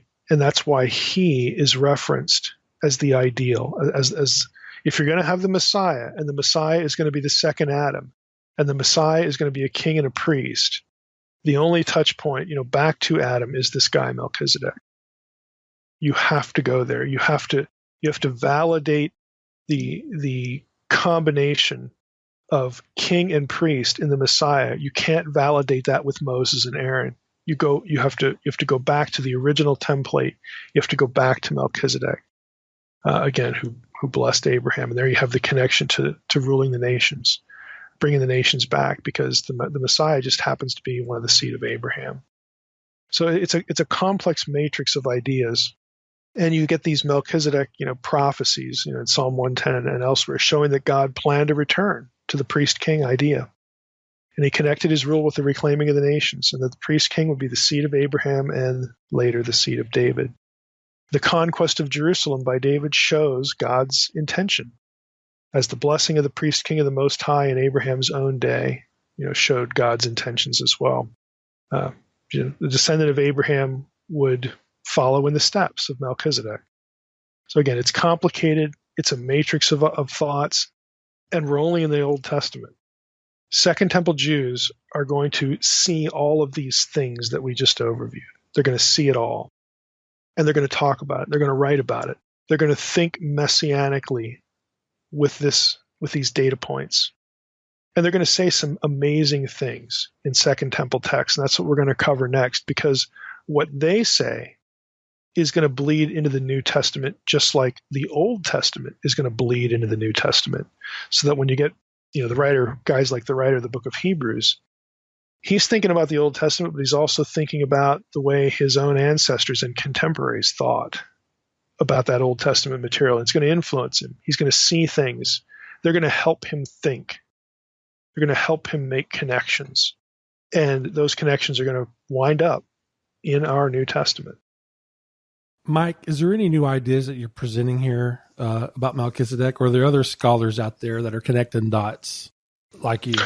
Oh yeah, there's a pile of information on Melchizedek. I'll list a few things in the bibliography or on the episode page. Some of it, a small portion of it is accessible. To the normal person, but most of it's in literature. There's a whole, I'm trying to think of what might be it's cheap. It's a cheap little paperback. There's a book called Melchizedek and Melchi Rasha, who's sort of the bad guy equivalent. He's going to be the Satan figure. Has a lot of this in it.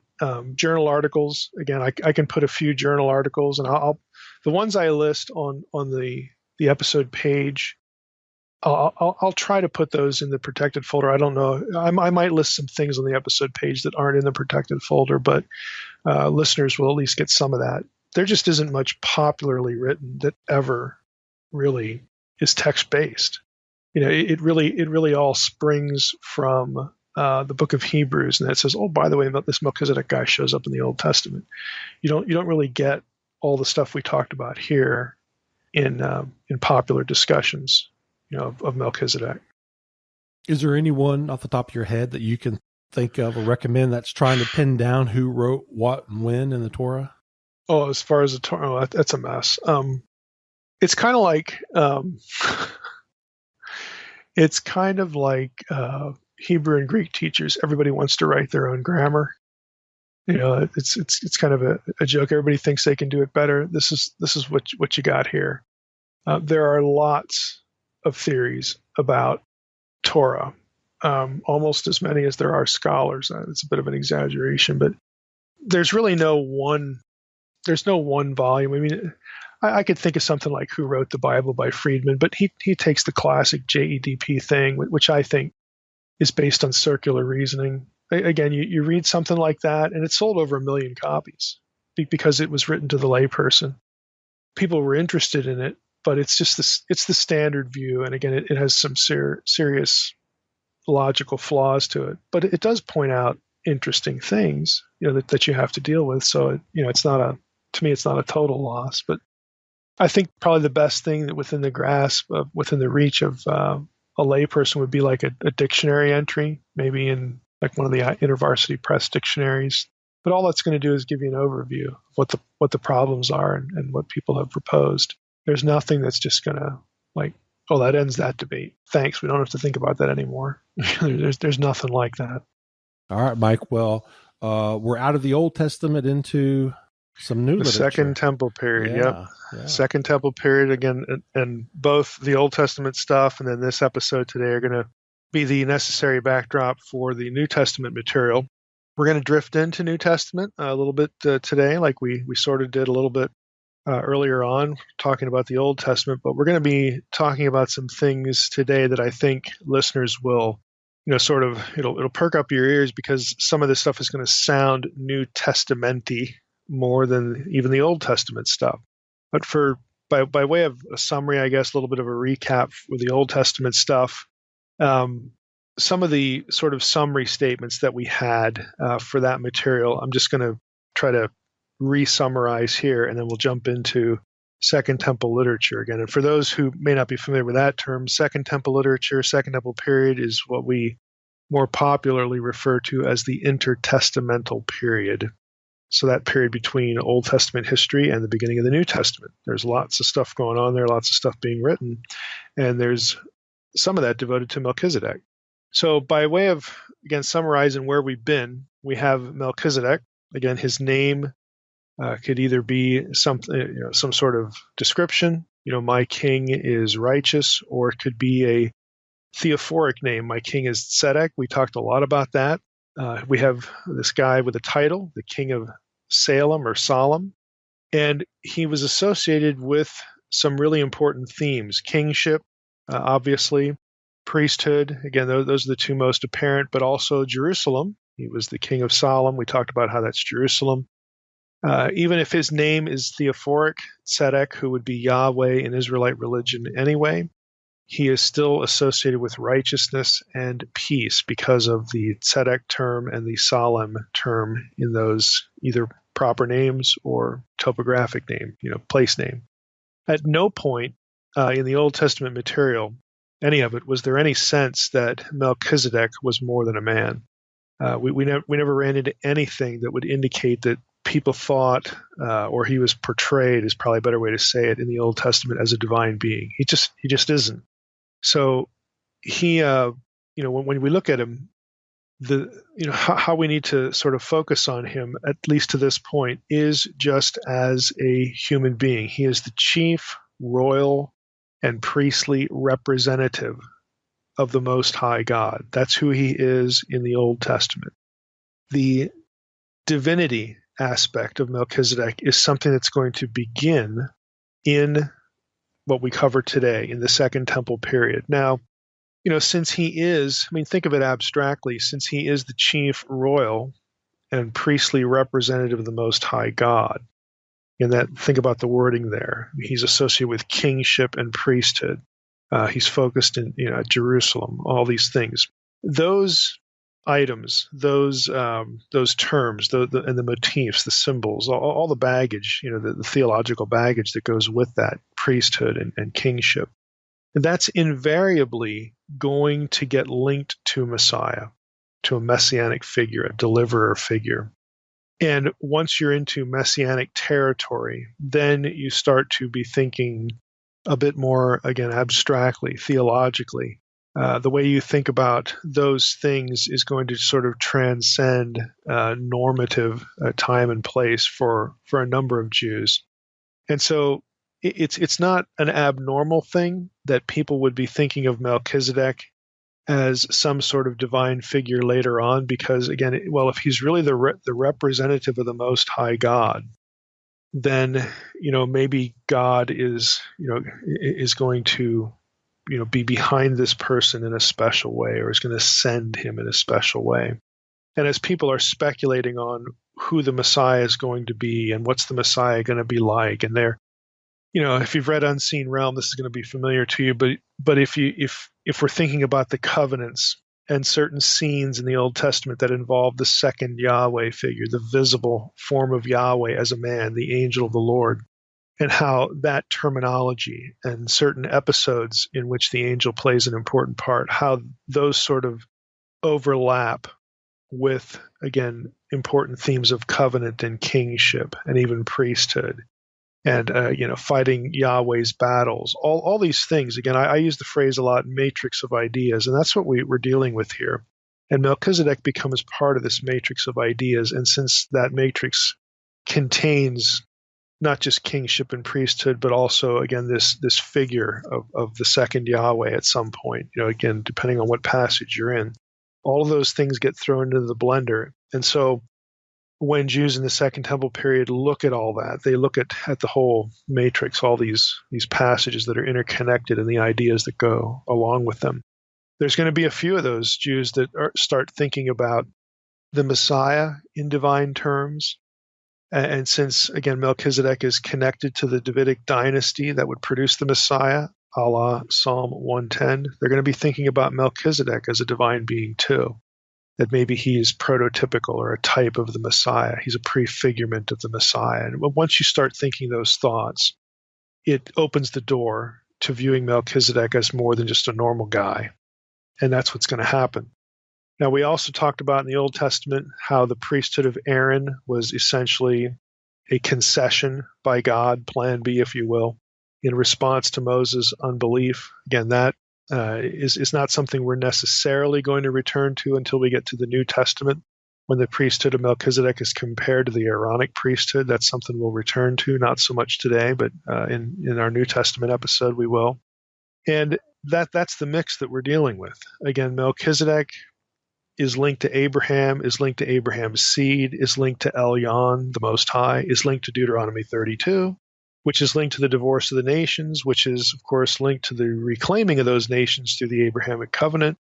The Abrahamic covenant would produce a seed, which, of course, takes us to David, again, the Davidic dynasty.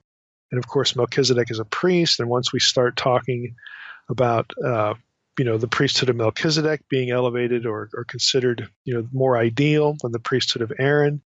You throw all that into the hopper, and this is, again, the matrix of ideas that we're dealing with. The evidence in the text is that Melchizedek's kingship is connected to Abraham. It legitimizes the rule of Abraham's seed. And, of course, the original Edenic king, Adam, was ruler and mediator. He was king and priest in a very broad theological sense on earth, because he was the guy that sort of stood between God and the rest of humanity, the rest of what would be his descendants. And he was, again, put there in Eden to be a steward king, a ruler of the earth in a positive sense. That all continues through the patriarchs up to Moses, and Moses, it divides because of his unbelief. God makes a concession and brings the priesthood of Aaron into the picture. It would seem reasonable to think, again, that having both those offices operate in one person was God's ideal, because that, again, harkens back to Adam, and that is God's consistent plan. God is meeting with a person, a patriarch, and that patriarch is the go-between between God and the rest of the people in the picture, the rest of the people that are concerned. But that breaks apart when we get to Moses again. So the ideal, would have been to have them both in one. And since this Melchizedek figure is the oldest, figure, it sort of continues the patriarchal idea better than Moses did. He gets referenced in Psalm 110 and connected to David's line and ultimately the Messiah. So you have to be thinking about all these things sort of at once and how they touch each other to make sense of how Melchizedek is portrayed in the Old Testament, and even more importantly, how he's thought about once these ideas, again, are all in the blender. And that brings us to the Second Temple period. So today we want to get into the literature here, and we're going to end up focusing mostly on Dead Sea Scroll material, but we'll hit a few other things. Melchizedek is mentioned in a number of Second Temple works. Again, works, or at least works that scholars figure date back into the Second Temple period. I say it that way because of issues with books like Second Enoch. Now, I have no idea if any of you have a dictionary of New Testament background. I have no idea why DNTB has Second Enoch as, quote, the earliest instance in the Second Temple literature of a mention of Melchizedek, because the text just doesn't date itself into the Second Temple period. But I thought I'd throw that out in case one of you has that resource. It might just sound odd, because it honestly does sound odd. The manuscript evidence for Second Enoch is Slavonic, which is the 14th century. And if you look at Charlesworth, Old Testament pseudepigrapha volume, where he talks about Second Enoch, it'd be volume 1. The guy who wrote the chapter on Second Enoch is Francis Anderson. And Anderson suggests a Greek work, that Second Enoch was a Greek work no older than 1000 AD, which is well after the Second Temple period. Nevertheless, everybody figures, hey, it's Enochian material. There's a lot of that stuff that's really old. So Second Enoch kind of becomes part of the picture here. We're not going to, because of the textual issue, the manuscript issue, I'll admit, again, that Second Enoch has things in it that are probably as old as the Second Temple period because, hey, that's where First Enoch is, and there's going to be overlap there. But I'm not going to spend really any time on Second Enoch here. I'm going to go right to sources whose manuscript evidence place them firmly in the Second Temple period. So let's start with Josephus. Melchizedek is mentioned in Josephus's sixth volume of his book about the wars of the Jews. And in my edition, it would be lines 435 to 438. I think the line numbering is pretty consistent. But I'm just going to read you the passage. So this is from Josephus, the Jewish Wars, Volume 6, beginning in line 435. He writes, "And thus was Jerusalem taken in the second year of the reign of Vespasian, on the 8th day of the month, Gorpaius, which is Elul. It had been taken 5 times before, though this was the second time of its desolation. For Shishak, the king of Egypt, and after him Antiochus, and after him Pompey, and after them Sosius and Herod took the city, but still preserved it. But before all these, the king of Babylon conquered it, and made it desolate." Of course, there's the reference to Nebuchadnezzar. 1,468 years and 6 months after it was built. But he who first built it was a potent man among the Canaanites, and is on our tongue called Melchizedek, the righteous king, for such he really was, on which account he was there the first priest of God, and first built a temple there, and called the city Jerusalem, which was formerly called Salem. Now that is the excerpt from Josephus where he mentions Melchizedek. And obviously, and kind of interestingly, Melchizedek is considered the person who built the first temple. And you say, well, that's kind of odd because I thought Solomon built the first temple in Jerusalem. Well, he built the first Israelite temple, Josephus would say. But Josephus is thinking, well, there was a temple there because Melchizedek was priest of the Most High, Most High God, and there had to be a temple there. So he credits all that to Melchizedek. He credits Melchizedek with building the city. Again, the Old Testament doesn't say any of that stuff, but that's what Josephus is thinking. And again, he's likely not alone. But notice, even despite all of that embellishment, Melchizedek is considered a historical human. There's no hint in what we just read that he's thought of as a divine being by Josephus. So here's a clear Second Temple period example where Melchizedek is mentioned, talked about. Again, some things are added to the Old Testament, but he's not a divine person, not a divine being.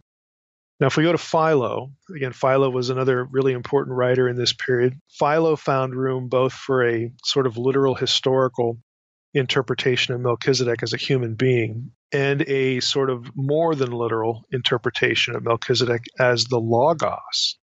And of course, Logos is the term in John 1, for the Word of God. Jesus, of course, was the Word. And if you've read Unseen Realm, you know that thinking is not just from Philo or from some Platonic this and that. You have Word of the Lord being the visible human Yahweh in the Old Testament. And you have even more of those instances if you read the Targums, the Aramaic translations of the Old Testament. So there's a lot of evidence. It doesn't force you to go out to Greco-Roman philosophy, which is what Philo was working in a lot to get a Logos doctrine. You don't need that stuff. But Philo certainly has his head in that. And for him, Melchizedek gets sort of parsed as the Logos, as a divine figure. Now, I'm going to read an excerpt here from DDD by Reiling, Reiling. And he has an entry on Melchizedek, and he goes into the Philo material a little bit, and I kind of like his summary. It's pretty convenient here. So he writes, Philo mentions Melchizedek in 3 places. We have, if I can get the abbreviations correctly here, I always, kind of mess up the abbreviations in Philo. On Abraham, and then we have the book that is referred to as Preliminary Studies, at least by scholars. And then thirdly, the Allegorical Interpretation, Volume 3. Those are the 3 works of Philo where Melchizedek is mentioned. So continuing with Reiling, he says, in the Abraham book, again, On Abraham, in On Abraham 235, the story of Genesis 14, 18 through 20 is retold and embellished. Melchizedek is called the great priest of the Most High God. Thinking that Abraham's success was due to divine wisdom and help, he stretched his hands to heaven and honored him with prayers, and offered sacrifices on his behalf and entertained him and his men lavishly. In the subsequent allegorical interpretation of the story of Abraham's warfare, that is Genesis 14, 1 through 24, Melchizedek is not mentioned again by Philo. He acts as a historical person only. In Preliminary Studies 99, Melchizedek is mentioned in an excursus on the number 10. Those are lines 89 through 120 in that book of Philo, Preliminary Studies, with reference to the fact that Abraham gave him 1/10 of everything. That's Genesis 14:20. So I'll just stop here and pause. So for Philo reads this, that Abraham gives 10% to Melchizedek, and then he goes off on some excursus about the meaning of the number 10. That's the context for him discussing Melchizedek in that particular book. Back to Reiling here. He says, this is interpreted metaphorically, again, this 10th of everything. Everything, quote unquote, comprises the things of sense and speech and thought. Melchizedek is identified as the man who obtained the self-learned and self-taught priesthood, probably because no priest is mentioned before him in the Bible, and later priesthood is not derived from him. In Allegorical Interpretation, Volume 3, this is 79 through 82, Melchizedek is presented as an example of people who are honored by God without having done beforehand something to please him. It's kind of interesting. He was made king by God, and he was the first to be worthy to be his priest. In Philo's perspective, catch this. This is Reiling, again, writing about this. In Philo's perspective, Melchizedek, as a king and priest, does not cease to be a historical person, but at the same time serves as the embodiment of the divine logos and transcends history. And you say, well, that's the end of the quote. You say, well, how does that work? I'm trying to follow Philo's thinking here. What in the world is he? Look, your guess is as good as anybody else's. Philo's writing, this is what it's like. Philo will go off on these riffs of allegorical interpretation, speculation about the meaning of numbers and things like this, and you just wonder what set him off. What put him on that path? What suggested these things to him? And again, the honest answer is sometimes you can sort of figure that out because of the mass of material he might be discussing at some other place, but other times it's just really dense and obtuse, and honestly, even specialists in Philo have no idea why he went in this or that direction. So it's a little bit up in the air. Again, sometimes Philo, his thinking is discernible. You can track with him and know why he's saying what he's saying. Other times you just can't. But this is where he's at. He associates Melchizedek with the Logos. So he's an important resource in the Second Temple period that is beginning to think about Melchizedek as something not unhistorical, but more than a man. Again, that's why we want to mention him. Now, third resource anyway, Qumran literature, the Dead Sea Scrolls. And this is where we're going to spend the lion's share of our time because there's a specific text here that's really important. Melchizedek is mentioned twice in the Dead Sea Scrolls. There's the Genesis Apocryphon. That's 1QAP, Genesis, GEN, in the 22nd column. In that, just look at the title, Genesis Apocryphon. This is a retelling of the story of Genesis. So naturally, you're going to hit Genesis 14, 18 through 20. And in this Dead Sea Scroll, that passage from the Old Testament is translated more or less literally. There are a few little minor additions to the story, but nothing really, spectacular. Melchizedek is presented pretty straightforwardly as a historical person, and there's no real speculation about his name or, like in Philo's case, about what 10th means and all that. There's none of that. It's just a straightforward translation. This particular Dead Sea Scroll is in Aramaic, so it's put into Aramaic, and on we go. We move on, through other material in Genesis. So there isn't that much that's added that would be sort of speculative, which is quite different, than Philo, and quite different from other texts as well. Now, the big one, the big deal for Second Temple literature, and I had to go through this text a lot, for my dissertation, is something called 11Q Melchizedek, also known as 11Q13. As the title suggests, this is from Cave 11. That's what the numbers are for, 11Q, 11 Qumran. It's Qumran Cave 11. And it gets its name, Melchizedek, because of the content. 13 would refer to the number of the manuscripts. These are all fragmentary, but column 2 it's still fragmentary, but column 2 has a lot of content in it. And since column 2 is drawing on Old Testament texts, even when there are some holes that they can be filled in if they're citing Old Testament verses, you can just go look at what the content was. Now, what I'm going to do is I'm going to read a translation of this text. And when there is an Old Testament verse referenced, I will tell you what the verse is, and then we'll discuss it. I'm going to share, again, some the research of some scholars who specialize on this text and Second Temple literature and New Testament, on the New Testament just generally. But I'm going to read through this text, and the translation is from Garcia Martinez and Tig Killar, their Dead Sea Scrolls study edition. If you have that, you could follow along. If you can, read Hebrew, there's going to be a couple places here you might want to check the Hebrew. But at any rate, here's what it says. Again, this is column 2, 11Q Melchizedek. I think you're going to find it really interesting. Again, this is pre-New Testament. Pre-New Testament. There's no question about the dating of the manuscript. So line 1 is fragmentary, and it can't be read. Line 2, we get into text, and it says, "And as for what he said," and then he's going to quote Leviticus 25:13, "In this year of Jubilee, you shall return, each one to his respective property. Concerning it, he said," now he's going to quote Deuteronomy 15:2, "This is the manner of the release. Every creditor shall release what he lent to his neighbor. He shall not coerce his neighbor or his brother, for it has been proclaimed a release for God." Its interpretation, in Hebrew or Aramaic, pishro. Okay, so I'll just stop there. This is line 4. When you see this pishro in a text, you can tell right away it's what scholars call midrash, which it's an explanation. It's something. It's sort of like a commentary, even though that it's not like an official. There are commentaries in the Qumran literature that are verse-by-verse commentaries on Old Testament books. This text is going to actually combine a bunch of different verses and then offer commentary on the combination thereof. But again, it's not verse-by-verse in one text, but it is nevertheless a commentary. It's an interpretation. So back to line 4. Its interpretation. "For the last days" refers to captives. So let me just stop there. He's saying, well, here's why I quoted Leviticus 25:13 and Deuteronomy 15:2, this whole thing about Jubilee and returning the property and everything like that. The reason I did that, I'm pretending to be the writer of Melchizedek, is because in the last days refer to captives. Back to the text.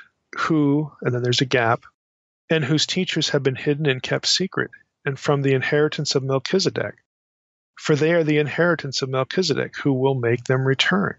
And liberty will be proclaimed for them, to free them from the debt of all their iniquities. And this will happen in the first week of the Jubilee, which follows the 9 Jubilees. And the Day of Atonement is the end of the 10th Jubilee, in which atonement shall be made for all the sons of light, and for the men of the lot of Melchizedek.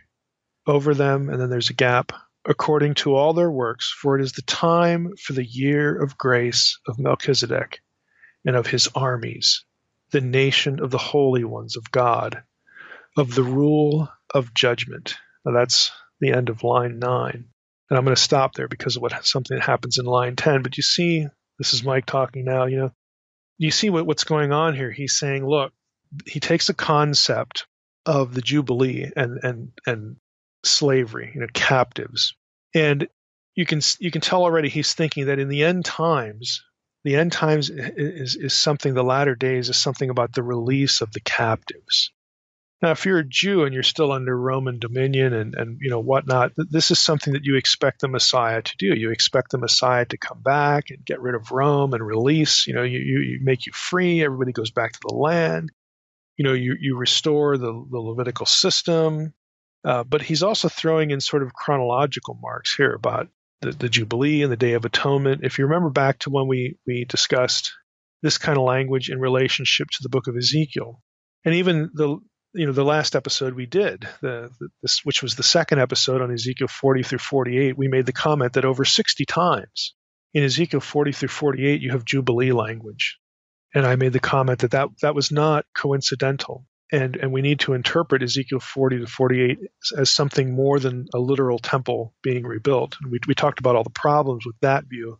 But if you look at it as abstractly and connect it with the Jubilee, there were all sorts of ways you could connect Ezekiel 40 through 48 with New Testament talk about the Messiah's body being the temple and his followers being the temple, and associating the Messiah, again, with the Jubilee release.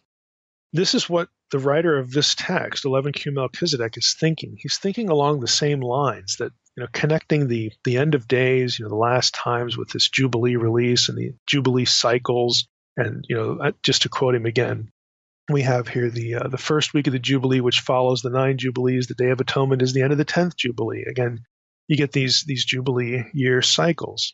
And so he's associating that with this release. Now, you might be thinking already, well, boy, that passage about setting the captives free, where have I heard that before? Okay, well, you've heard that in Jesus' first sermon when he launches his ministry in Nazareth. He quotes Isaiah 61, again, about the release of the captives, the whole Jubilee concept. It's really interesting that here you have a Jew. This is 100, 200 years, before the New Testament period, thinking about the end of days in terms of a Jubilee year release. And he associates it with Melchizedek for some reason. And we've talked about, in our Old Testament discussions, we've talked about what those reasons might be, because Melchizedek, again, is this ideal king priest. He is tied to the Davidic dynasty from which the Messiah will come, a la Psalm 110. So this guy here is tracking on Melchizedek. I'll read verse 9 again. It is the time for the year of grace of Melchizedek and of his armies.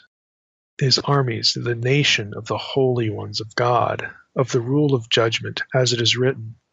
Now, let's go into verse 10. This is going to be kind of mind-blowing here. So he's talking about Melchizedek and his armies, the nation of the holy ones of God. And he's already talked about the sons of light, okay? Now, obviously, their enemies are going to be the sons of the darkness and all that sort of stuff. But here we go. Verse 9 again. It is the time for the year of grace of Melchizedek and of his armies, the nation of the holy ones of God, of the rule of judgment, as it is written about him in the songs of David, who said, and he quotes Psalm 82, verse 1. David, songs of David, who said, Elohim will stand in the assembly of God. In the midst of the gods he judges. And about him he said, now he quotes Psalm 7, 8, and 9, and above it, to the heights return. God will judge the peoples.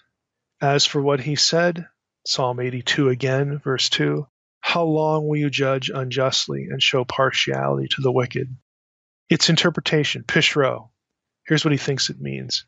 Its interpretation concerns Belial, who again is a Satan figure, and the spirits of his lot, who, turning aside from the commandments of God to commit evil.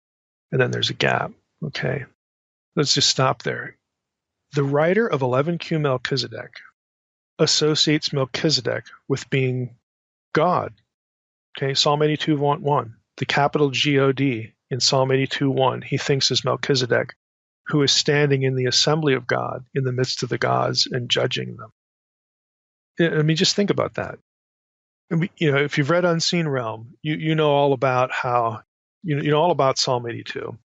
And you also know all about the whole two Yahwehs idea, that there were two Yahweh figures in Old Testament thinking, and this is the foundation for the later ancient Jewish doctrine of two powers in heaven, two good guys, two Yahweh figures. And I've mentioned in many cases, and some of you have either seen me lecture on this on YouTube or maybe live at some place, there was lots of speculation in the Second Temple period about who the second Yahweh figure was. Okay, we know in the Old Testament he shows up as a man, he's visible. But who is that? What's his identity? And I've made comment before about some thought he was an exalted Old Testament figure like David, okay, or Abraham or Moses, or in this case, Melchizedek.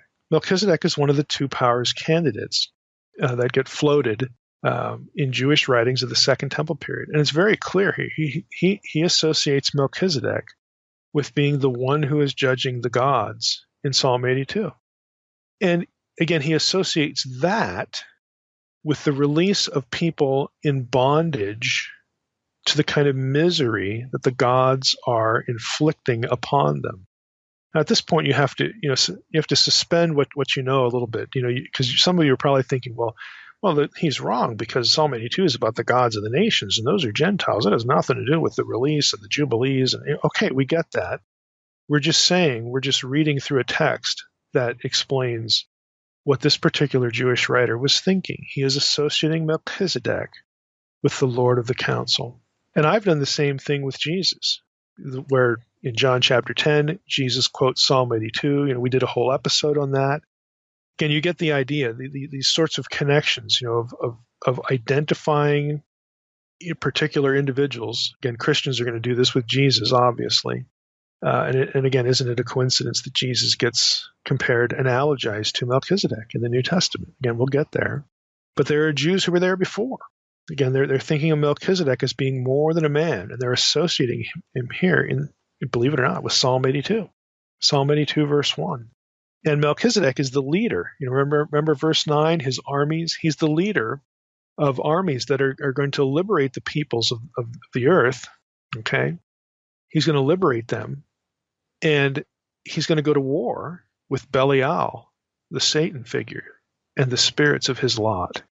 Now, if you know anything about Dead Sea Scroll stuff, there's a very famous scroll called the War Scroll. It's 1QM, as memory serves. That describes the apocalyptic, end of days battle, and it's a war between gods and men. And on both sides, you have human combatants and divine combatants fighting it out, in heaven and on earth, for basically all the marvels. This is the kind of thing that this text is alluding to, this same idea, where you have this warfare going on. Let's go back to the text now. I'll pick it up in verse 12. So its interpretation, again, this is what he thinks it means, concerns Belial and the spirits of his lot, who, turning aside from the commandments of God to commit evil, and then it just drops off there, line 13. But Melchizedek will carry out the vengeance of God's judgments, and on that day he will free them from the hand of Belial and from the hand of all the spirits of his lot. To his aid shall come all the gods of justice, and he is the one who, and then there's a gap in the text, all the sons of God, and there's another gap. Isn't that frustrating? I'll read line 14 over again. To his aid shall come all the gods of justice. Isn't that interesting? Gods of justice, gods of Sedeq. Okay, we've talked a lot about Sedeq, with Melchizedek in the prior two episodes, but here we have this line: he shall, to his aid shall come all the gods of Sedeq. In other words, the rest of Yahweh's, heavenly host army is going to come help Melchizedek, win this battle. Line 15: this is the day of peace, about which he said. Then there's a gap. Through Isaiah the prophet, who said, now he's going to quote Isaiah 52:7, how beautiful upon the mountains are the feet of the messenger who announces peace, the messenger of good who announces salvation, saying to Zion, your God reigns. Pishro, its interpretation. The mountains are the prophets. Before you think that's really odd, just bear with him. He's a Second Temple Jewish guy, and this is what they're thinking. The mountains are the prophets, line 18, and the messenger is the anointed of the Spirit, as Daniel said about him. Now he's going to quote Daniel 9:25. The messenger is the anointed of the Spirit, as Daniel said about him, until an anointed, a prince, it is 7 weeks, unquote. And the messenger of good who announces salvation is the one about whom it is written, to comfort the afflicted. Pishro, its interpretation. That means to instruct them in all the ages of the world. Line 21 has 2 words, in truth, and then there's nothing. Line 22 is fragmentary. It says, has turned away from Belial and will return, then it ends. Line 23 says, in the judgments of God as it is written about him, quoting Isaiah 52:7 again, saying to Zion, your God rules. Zion is the congregation of all the sons of justice, those who establish the covenant, those who avoid walking on the path of the people. And your God, this is the way the text ends, the column ends, your God is Melchizedek, who will free them from the hand of Belial. And as for what he said, quotes Leviticus 25:9, you shall blow the horn in all the land of, and then it breaks off. That's column 2, 11Q Melchizedek. There's a lot of strange stuff in there. And for our purposes, what I want you to store away as we continue in our discussion here is that you very clearly have a Second Temple Jew. When they think about Melchizedek, they are thinking of a divine being. And I would say they're thinking about the second Yahweh figure. This is a candidate who is at the head of the armies of God himself. And this Jew views Melchizedek as being the Elohim who is going to judge the gods over the nations, otherwise known to him as the spirits of Belial, the spirits of Belial's lot, those who are under the power, under the influence, in league with Satan, essentially. Again, the way scholars, and myself included, again, parse Psalm 82 is a little bit different, that's fine. Just that 11Q Melchizedek tells you what one guy, one author was thinking. And it's very, very clear that Melchizedek is just more than a man. And he even brings in verses, concepts to talk about Melchizedek in ways that the New Testament writers will talk about Jesus. Okay? Now, Melchizedek is also mentioned. His name is mentioned in 11Q17. That's really all you get, just the name. There's another fragment, 4Q401, fragment 11. There's 3 lines. There's only a few words. It has priests of, and then there's a break, and then gods of knowledge, break. And then line 3, Melchizedek, priest in the assembly of God. Again, it's hearkening back to Psalm 82 again. So that's what you get, with 11Q Melchizedek, otherwise known as 11Q13. Now, what I want to do at this point is I want to read you some excerpts from a couple of papers. One is published in the Journal for the Study of Judaism in the Persian, Hellenistic, and Roman period. It's by Delcor. The title is Melchizedek from Genesis to the Qumran texts and the Epistle to the Hebrews. And then a little bit from Jim Davila's SBL seminar paper back in 1996. Delcor's article, by the way, is 1971. But 20-some years later, 1996, Davila gave an SBL paper entitled Melchizedek, Michael, and the War in Heaven. And I want to quote a few things from both of those papers. Okay, we'll start with Delcor, and this is on pages 124 and 125. Again, just reading his commentary on what we just read. He's talking about 11Q Melchizedek. So he writes, the character Melchizedek appears in an incomplete text of Cave 11 of Qumran, published by Vanderwood. In this fragment, written in Hebrew, Melchizedek appears as an eschatological savior who has a heritage. His mission is to bring back at the end of days the exiles to announce to them their liberation and the expiation of their sins. The fragment here takes up in part Isaiah 61:1, and at least conceptually, which Luke applies to Jesus in Luke 4:18. Melchizedek appears also as a celestial being, Elohim, who stands in the assembly of God and on this occasion will judge the heavenly ones.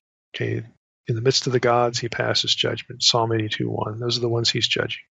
Delcor continues, he participates in the vengeance of the judgment of God. Here we find, though with some modification, taken up Psalm 82:1 and Isaiah 61:2. Melchizedek is thus apparently identified with Michael, who also appears in Qumran as a celestial being in the War Scroll 1QM. In fact, Melchizedek is helped by the celestial armies in his struggle against Belial and his angels.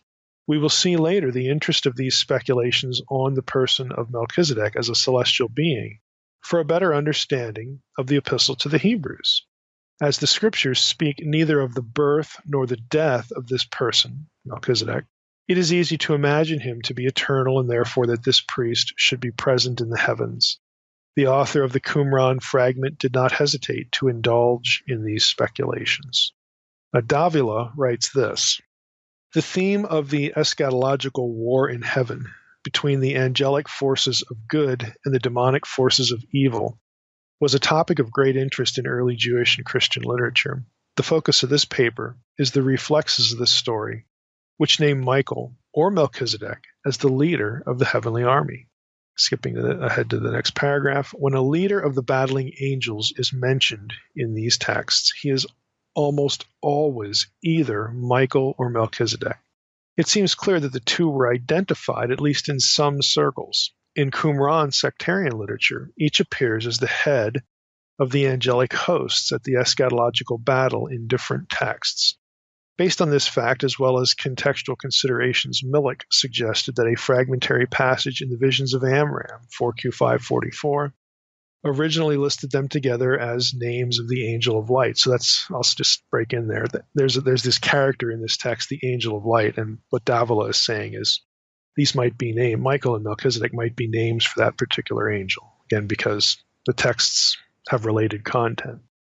Now, let's go down a little bit to another third paragraph for Davila. The relationship of these two angels, Michael and Melchizedek, or Michael and the angel of light, again, it's not really clear what Davila is referring to there. It's the prose is a little bit obscure. But the relationship of these two angels and how they came to be associated with one another. He's probably referring to Melchizedek here, even though Melchizedek's not an angel, but maybe he's saying an angel in this text anyway. But their relationship is one of the issues to be considered in this study. And he spends a lot of time trying to explicate this. Moving on, he says, the narrative of column 2, which we just read, describes the eschatological conflict fought by the divine being Melchizedek and his angelic allies against Belial and the evil spirits of his lot. And then Davila goes on to compare the language of 11Q Melchizedek with the war scroll and some other things where Michael is the picture. So basically what his article is going to be about, at least in this section, is how Michael and Melchizedek sort of play the same role, and they're in this battle that's described the same way in various texts from the Dead Sea Scrolls. Now, this is me now. We're done with the quotations. I don't believe that Michael was the second power. In other words, was the second Yahweh figure. Or I don't believe that Michael is the angel of the Lord. Now, some do. Seventh-day Adventists in particular, take that position. They're not the only ones, but they certainly take it. I think the idea is contradicted, actually, by two places in Daniel, and that's kind of material for another episode. But just so that you know, I don't think Michael is the angel of the Lord. I think there's problems with that. The point for our purposes here are that some Jews made that equation.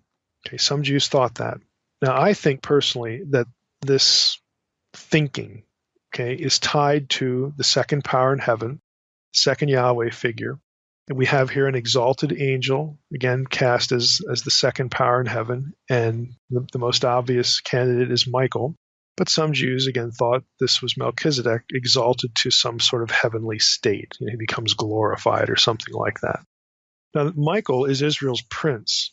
Melchizedek was a priest king. Now, I think in part, the way they're sort of thought about together is because the captain of the Lord's host, remember Joshua 5, the captain of the Lord's host is clearly divine.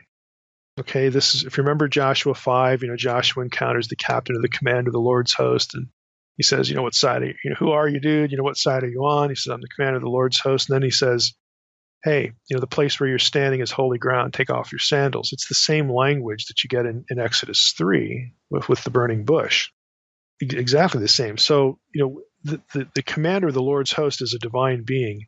And since we have this connection back to Exodus 3, I think he's the angel of the Lord. I think he's the angel of the Lord for a different reason. And I discuss all of this in Unseen Realm, because the description of the commander of the Lord's army there in Joshua 5 describes the commander there as having a drawn sword in his hand. Okay, the Hebrew phrase for that, the exact Hebrew phrase, occurs only two other times in the Hebrew Bible. One is in 1 Chronicles 20, 16. The other one is in Numbers 22. I think it's verse 24. But they both explicitly in those two other passages say that the person with the drawn sword in his hand is the angel of the Lord. So I think there's a really, really powerful case here to identify the commander of Yahweh's host in Joshua 5 as the Malach Adonai, as the angel of the Lord. Now, if that's the case, well, it kind of makes sense, at least to some Jews, that to think of that figure, the angel of the Lord, as Michael, because he's the commander of Yahweh's armies on behalf of Israel, and Michael is called Israel's prince. So they sort of conflate those two things. That's how people argue that Michael is the angel of the Lord. Again, I think there's problems with that when you get into some passages in Daniel. But nevertheless, I just want you to know how a Jew would get there, how the thinking would go. They also, again, if you're the prince of Israel, that sounds, kind of messianic. That's like kind of Messiah talk, prince of Israel, And so once you go there, then you do start thinking about Melchizedek. Why? Because Melchizedek, the Davidic king in Psalm 110 is declared to be, after the order of Melchizedek. And so this is how, if you're a Jew, you could justify thinking, okay, angel of the Lord, Michael, Melchizedek, they're all the same guy. This is how you would get there. This is how you would argue that. And of course, the Messiah is your leader at the great eschatological battle. I mean, who else would it be? So you have these ideas that are very, I think pretty easy to see how Jews would have conflated all of these things into one figure. And so when you have Jews writing in the Second Temple period, you have some of them use Melchizedek, some of them use Michael. You got that one that says angel of light, maybe he's just the oddball out here. But everybody else is talking about Melchizedek or Michael. And if you're thinking of that figure in those terms, again, tying it back to Joshua 5, being the guy in charge of Yahweh's armies, well, then you could look at Psalm 82 and say, well, look, what's being described here in Psalm 82, judgment of the nations, and a Jew would look at that. And again, this particular Jew who wrote 11Q Melchizedek associates the reclaiming of the nations in a final eschatological sense and the death of the gods in a final sense with the release of the captives. Israel is released from exile. The separation from God is over. Our captivity is over. We're forgiven, and the Messiah is here. Again, you have to get rid of the New Testament in your head. None of that's happened yet, and so this is your vision as a Jew of what's going to happen when the Messiah returns. Of course, we're going to be liberated. Everything's going to be set right. It's the day of the Lord, kind of thinking. They're not thinking about, he's going to come, he's going to go and die on a cross, he's going to rise again. Remember, again, we've discussed this at length in Unseen Realm and at length on this podcast, how the plan of redemption was cryptic. They weren't supposed to know. What they're thinking is messianic deliverance, the restoration of the kingdom. And quite frankly, that's what the powers of darkness are thinking too, because it's like, well, he's back here, the Son of the Most High is back here to reclaim his turf, and this silly talk about restoring Eden. Well, this is our turf now. We're going to kill the guy. I mean, this is what they were expecting. This is what they knew. The redemptive sort of aspect to it, the salvific sort of aspect, that is fragmented in lots of places. It's never spelled out, and they miss it. And here you have Second Temple texts that are tracking, along the militaristic theme. And if you're doing that, and you see, again, going back to Joshua 5, here you have the command of the Lord's host, obviously divine being. Well, Michael's the prince, so these two guys must be the same.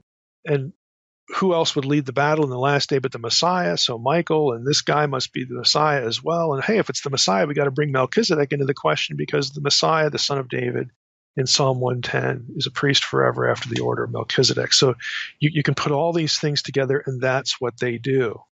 They don't have any of the stuff that is probably lurking around in our heads about the New Testament, because we're not even at the New Testament yet. This is pre-Jesus stuff in the Second Temple period. But this is how you get the portrait that a guy who's writing in 11Q Melchizedek, this is how he would get there. Now, from Reversing Hermon, I want to read a little bit that relates to this, again, just to bring that material into this discussion. This is from chapter 10. Again, this is talking about how another element to getting to this portrait is to focus on who the enemy is. Again, the Belial figure, and the bad guys on the other side of the apocalyptic war. Again, what I'm doing here is I'm just fleshing out for you how a Jew would have been thinking about this material and how they get to this profile where Michael, Melchizedek, Messiah, they're all the same guy, and they're fighting, the sons of Belial and the big bad guy on the other side and all that. So here's another element to it from Reversing Hermon, chapter 10. In a pseudepigraphical work known as The Assumption of Moses, a work whose content shows up in the New Testament book of Jude, we read the following passage. This is chapter 8, verses 1 through 3. Actually, I'm just going to give you one. And there will come upon them punishment and wrath, such as never happened to them from the creation till the time when he stirs up against them a king of the kings of the earth, who, having supreme authority, will crucify those who confess their circumcision. Now, the interesting line here is the reference to, quote, a king of the kings of the earth. The writer is clearly citing Psalm 2, verse 2, which is a messianic psalm about how the kings of the nations will rise up against the Messiah. And he transforms the verse to point to a great leader of those kings. So Psalm 2, talks about the Gentiles rising up, against the Messiah. But the writer of the Assumption of Moses turns that phrase into a king of the kings of the earth. So you have a great end times enemy that's in view in the Assumption of Moses here. Now, Horbury, who's a New Testament scholar, writes, Jewish sources from the end of the Second Temple period, which describe an Antichrist-like figure without using the term, name him rather as the Wicked One, or Gog, or Beliar. These sources can be said to bridge the gap between the biblical passages already noted, which attest to the expectations of a messianic victory and of a final arch enemy of Israel. Horbury's point, this is me now, is that while a developed doctrine of Antichrist is indeed of Christian origin, the component of that Christian teaching that had the Antichrist as an imperial tyrant bent on opposing the rule of Messiah is pre-Christian and of Jewish origin.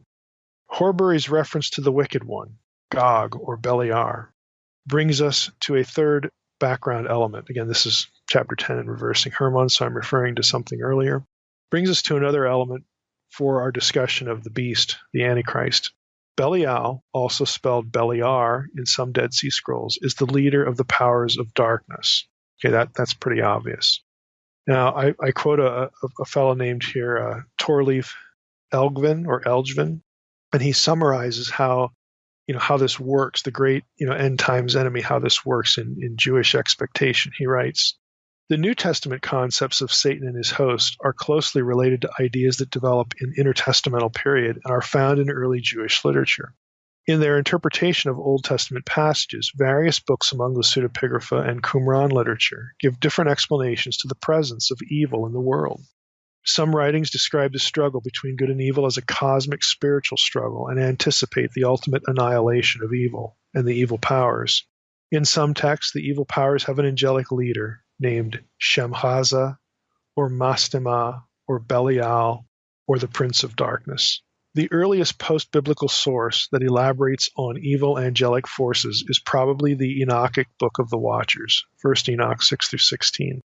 These chapters interpret Genesis 6:1 through 5. The angelic watchers cohabit with earthly women and bring magic, sin, and violence to the earth. Enoch is shown the coming judgment on the angels, who in vain ask him to intercede for them. Their leader is Shemhaza, but he is not portrayed as a cosmic opponent to God or the elect.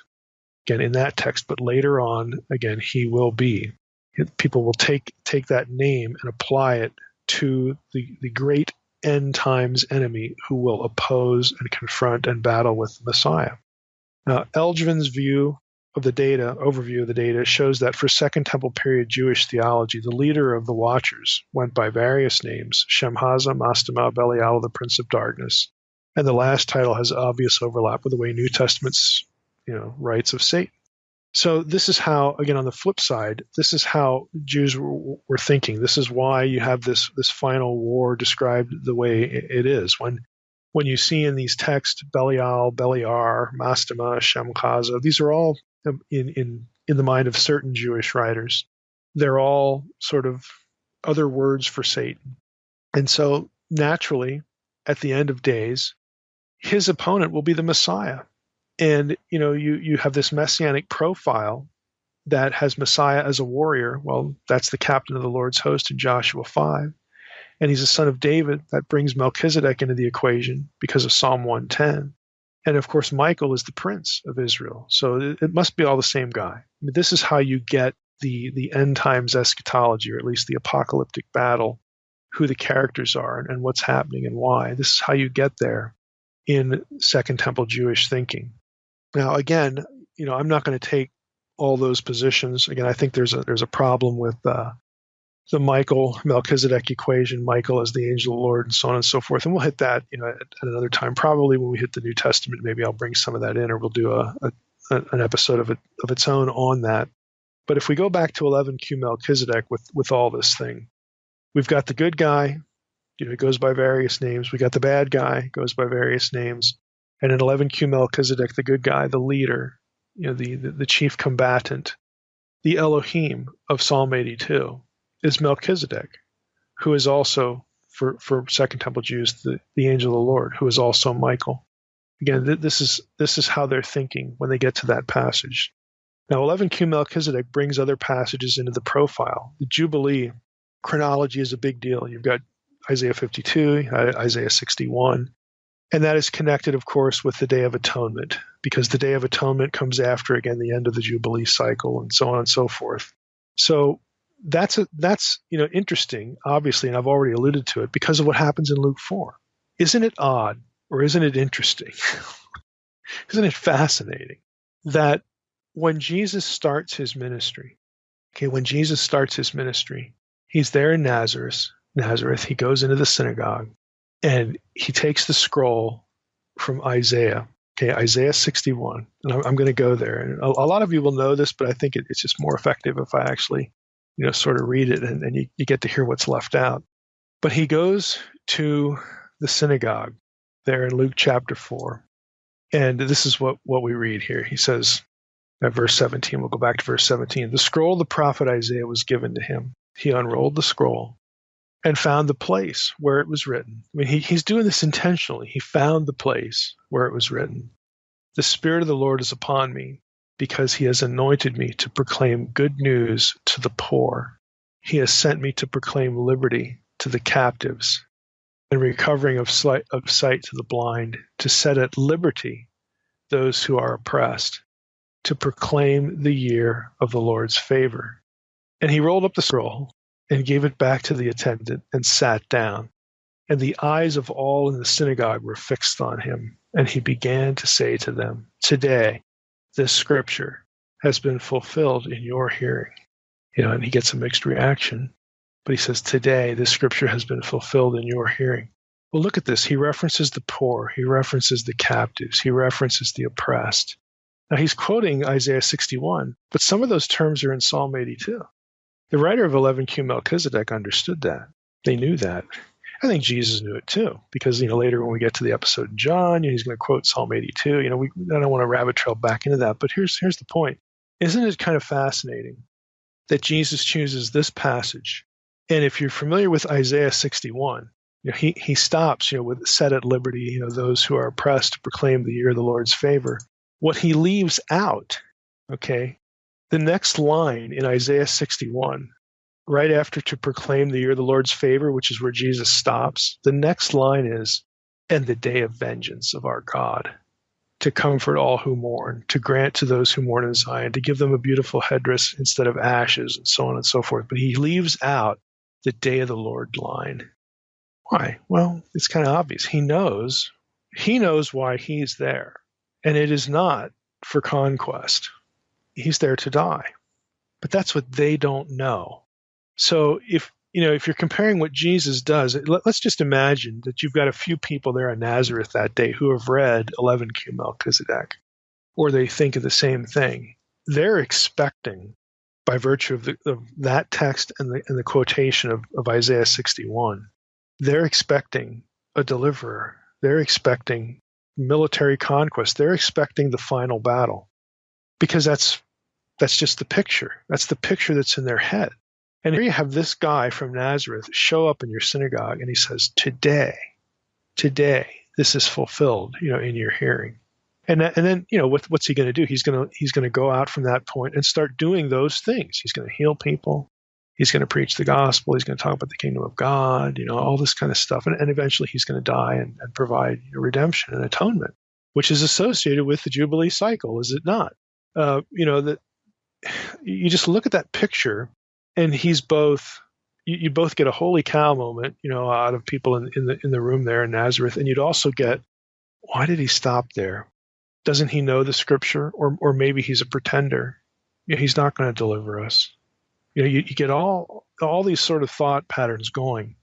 Now, when I'm gonna end on this note, because we are drifting in the New Testament territory now. I think we've said enough about how conceptually you could go from Melchizedek of the Old Testament and come out thinking of him as a divine being because of, again, this matrix of ideas. And here you have a classic example in 11Q Melchizedek of Jews doing this very thing and how they get there. I think we've said enough about that. But back when we did Ezekiel 40 to 48, part 2, when we talked about New Testament temple talk associating with the body of the Messiah, Jesus' body was the temple, his followers are the temple, the church is the temple, basically arguing in favor of a more than literal approach, because in the first part, we did 2 episodes on Ezekiel 40 through 48. The first part, we talked about the problems that a literal approach brings. But fundamentally, a literal approach ignores over 60 references to Jubilee language, Jubilee concepts, and other concepts that have to do with cosmic geography and associated ideas in those chapters, that you can look to the New Testament and you can see how those things play out, again, abstractly. Somebody emailed me after we did that and asked this question. They asked, hey, is there any, all this Jubilee stuff, was the day of Jesus' birth, that September 11th, 3 BC thing, was the day of Jesus' birth a Jubilee year? I went and asked Mantello, again, my astronomer, and he said, no, it wasn't a Jubilee year. But he gave me the math on how to calculate from that date when the Jubilee year fell. And believe it or not, the Jubilee year fell in the year that Jesus began his ministry in the synagogue at Nazareth when he quotes Isaiah 61, which was really stunning. Again, if you're tracking on, if you're a Jew, I mean, and obviously not every Jew is going to be tracking all this stuff, but if you're an educated, literate Jew, and maybe you've heard the birth traditions or something like that, but certainly if you're toward the end of the first century where you have, this information, and you can look back on, you're going to have a couple of the Gospels written there, maybe all of them, I guess all of them by that time, and you have this episode in the synagogue, and you have this citation of Isaiah 1, and the Jewish tradition about the Messiah, and you know what Jesus did, and all this sort of stuff. That kind of thing is really remarkable. That it shows Jesus in all the good sense of the word. Jesus is so calculated. He walks into that synagogue in the Jubilee year, and he takes the scroll and he finds the place. He finds Isaiah 61 and he quotes it, but he doesn't include the day of the Lord stuff. And he just rolls it back up and hands it off, sits down, and says, today all this stuff is fulfilled in your hearing. And he knows the range of reactions that's going to draw, in part because of the way people thought about not only Messiah, but Melchizedek. And later on, when whoever wrote the book of Hebrews, when he connects Jesus to Melchizedek, this is all part of a consistent picture. This is not novel when it comes to Jewish thinking. Jews were mentally there. The book of Hebrews is written to a Jewish audience.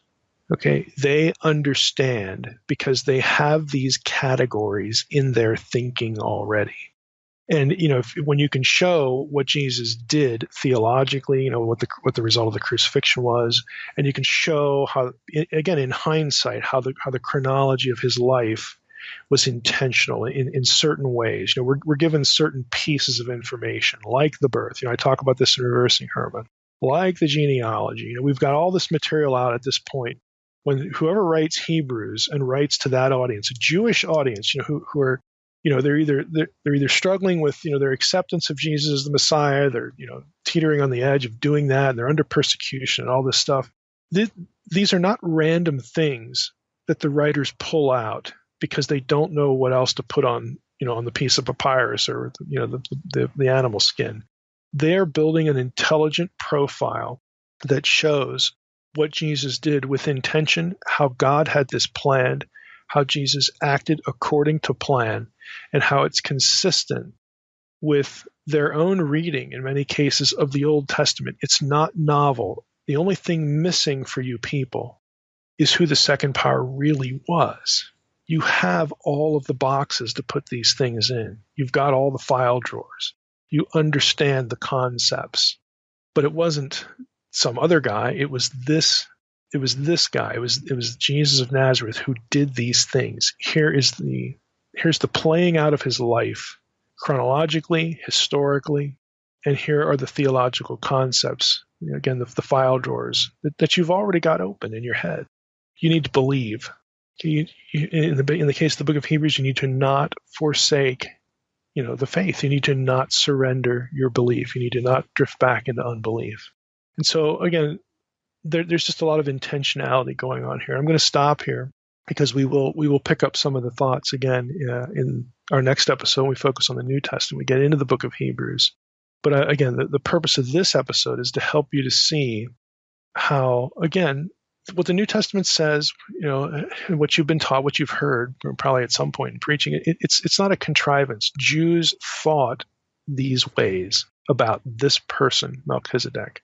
And hopefully it makes sense to you now how they could get there, how it would make sense to think this way, how they, what dots they would connect to wind up where they did. And again, it works if there's legitimately a second power in heaven who fits this profile. And there was. And that's what we'll get into next time.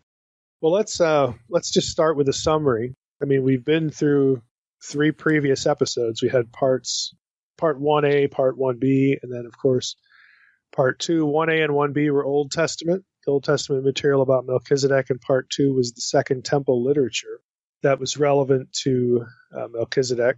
And just by way of summarizing a few points that we hit along the way, we talked about how Melchizedek's name and his title was the King of Salem or Salem, and the location, of course, of Salem was associated with Jerusalem, that the name and that title sort of associate Melchizedek with kingship, obviously, Jerusalem, again, obvious, righteousness, peace, and of course, priesthood. Those are all sort of ingredients for how the Messiah gets talked about. And so they're factors for what we're going to talk about today with respect to what the New Testament does with Melchizedek in the book of Hebrews in chapter 7. So, there's congruence there. We also talked about how the Aaronic priesthood is cast in Scripture as a concession by God. In other words, it was sort of a plan B because of Moses' unbelief. And we've trodden over this territory before, so I'm not going to make too much of it here. But the priesthood of Melchizedek is a legitimate priesthood. And we will talk a little bit more about that specifically, that idea anyway. But it's consistent with what we've already seen, that, hey, even though we have the priesthood of Aaron, the tribe of Levi, and all that sort of stuff, this other priesthood, the priesthood of Melchizedek, was legit. It's not. This isn't what the plan B was. It was the Aaronic line that was the plan B. And Melchizedek, again, combines kingship and priesthood all into one. And that, as we talked about earlier, was sort of the ideal. And we're going to get that in the Messiah, in the Messianic profile. We're going to get both sides, both elements. We also talked about the content matrix. This is a term I've used for sort of all the things that kind of glom on to Melchizedek in terms of theological content. So we've got Melchizedek, who, of course, is associated with Abraham, and Abraham's seed, of course, are the Israelites, and one particular seed is going to be the Messiah. Melchizedek is associated with Elyon, the Most High, which is a term that's also associated with Deuteronomy 32. Again, that term shows up in Deuteronomy 32, the divorce of the nations, and of course, the flip side of that is the reclaiming of the nations, which is something that the Messiah would accomplish. So we have that set of data points in relation to Melchizedek. Melchizedek also, because of his association with Abraham, and if we bring Psalm 110 into the picture, we have an association with David in the Messianic dynasty, so he's associated with both of those major figures. David, again, would himself actually do some priestly things, but not a priestly line. But what God does is associate the Davidic dynasty with the priesthood of Melchizedek, the line of Melchizedek, and so that's why the Messiah gets associated with him. So we've got all these mutual associations. We've got, again, this thing that I refer to as a content matrix, all of these subjects sort of converging when it comes to Melchizedek. So that we have, again, this priest-king figure, again, associated with Jerusalem as well. And it is, again, just kind of an obvious profile.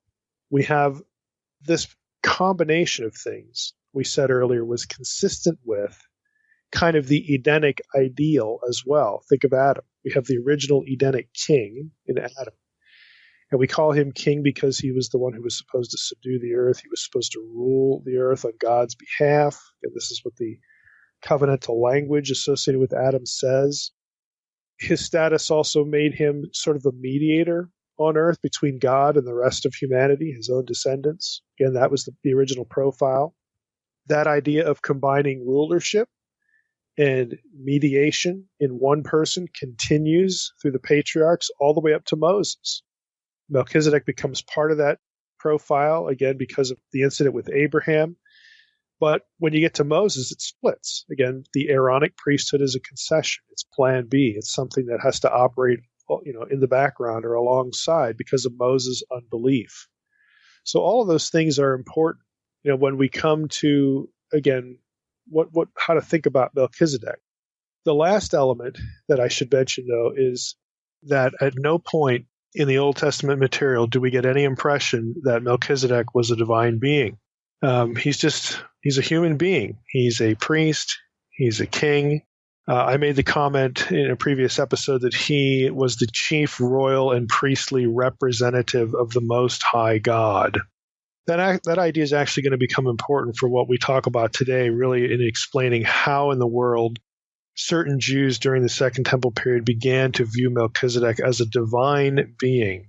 But again, the point at this juncture right here is the Old Testament itself doesn't really say that. It doesn't really call Melchizedek a divine being, but the fact that he is this main chief royal and priestly representative of the Most High God, again, in theory between the Most High God and not just Abraham, but just generally, that is a significant idea, but it sort of gets misapplied or thought about incorrectly by some in the Second Temple period. Now, we know in the New Testament, which is what we're going to get into today, that Jesus and Melchizedek are going to be, compared. But I'm going to argue, again, that the point of the comparison is to compare Melchizedek to Jesus, not Jesus to Melchizedek. And that this is going to be why we get some of this divine being sort of language, and really how to parse it so that it's consistent with the Old Testament. Because again, the Old Testament does not have Melchizedek as a divine being. Now, in order to sort of straighten this out and both talk about why this error was sort of made, at least by certain Jewish writers, as a way to both deal with that and then segue into what the New Testament actually does, we need to camp for a few minutes at least on how Second Temple Jewish writers sort of made this association, how they came to see Melchizedek as a divine being. So how did this happen? How does that trajectory occur? Well, there's really sort of two things we need to be thinking about in tandem. One is the fact that Melchizedek, by virtue of his role as priest and king, again, and his relationship to this scene with Abraham, Melchizedek is sort of thought about because of that stuff as being the chief representative of Israel before God. And we could see how that would happen. This chief priest, chief king, the main priestly figure, the main dynastic ruler figure. Well, naturally, if he is that in God's eyes, then he would sort of be thought of as the chief representative of Israel to God and before God. Now, once that association is sort of entrenched in your head, that Melchizedek represents Israel before God as its king and priest figure, then another association gets factored into it. And here's where the problem happens. And that is, there is the prince language of the Old Testament. This association of priest, king with prince language, prince of Israel language, is how Melchizedek becomes a divine being in the minds of certain Second Temple Jews. Now, we need to unpack that. Here's how it's done. There are certain passages that use Prince of Israel language. Daniel 10:21. Who is Israel's prince in Daniel 10:21? Well, it's Michael. It's the archangel Michael. Now, Michael, of course, isn't called an archangel in the Old Testament. He gets that title in the New Testament and also in the Second Temple period. But Israel's prince is Michael in Daniel 10:21. You get the same idea in Daniel 12:1, where Michael is the great prince who has charge of your people. Again, angel speaking to Daniel. So there you have Michael as the great prince of the people of Israel. And so mentally, there were certain Jews that said, okay, Michael is the prince, of Israel. And Melchizedek is the chief priestly representative and the chief royal ruling representative. And this must be the same way, three different ways of talking about the same person. And so Michael becomes Melchizedek. There's another verse that gets factored into this, and this is in Joshua 5:14, where we have the prince of Yahweh's host. Now, some translations in English will have the captain of the Lord's host, or the commander of the Lord's host, or the commander of the Lord's armies, something like that. And this is clearly in Joshua 5, this is clearly a divine being, because when Joshua asks, hey, who are you? He says, well, I'm the prince, I'm the Sar. It's the same word as in Daniel 10 and Daniel 12, of Yahweh's host.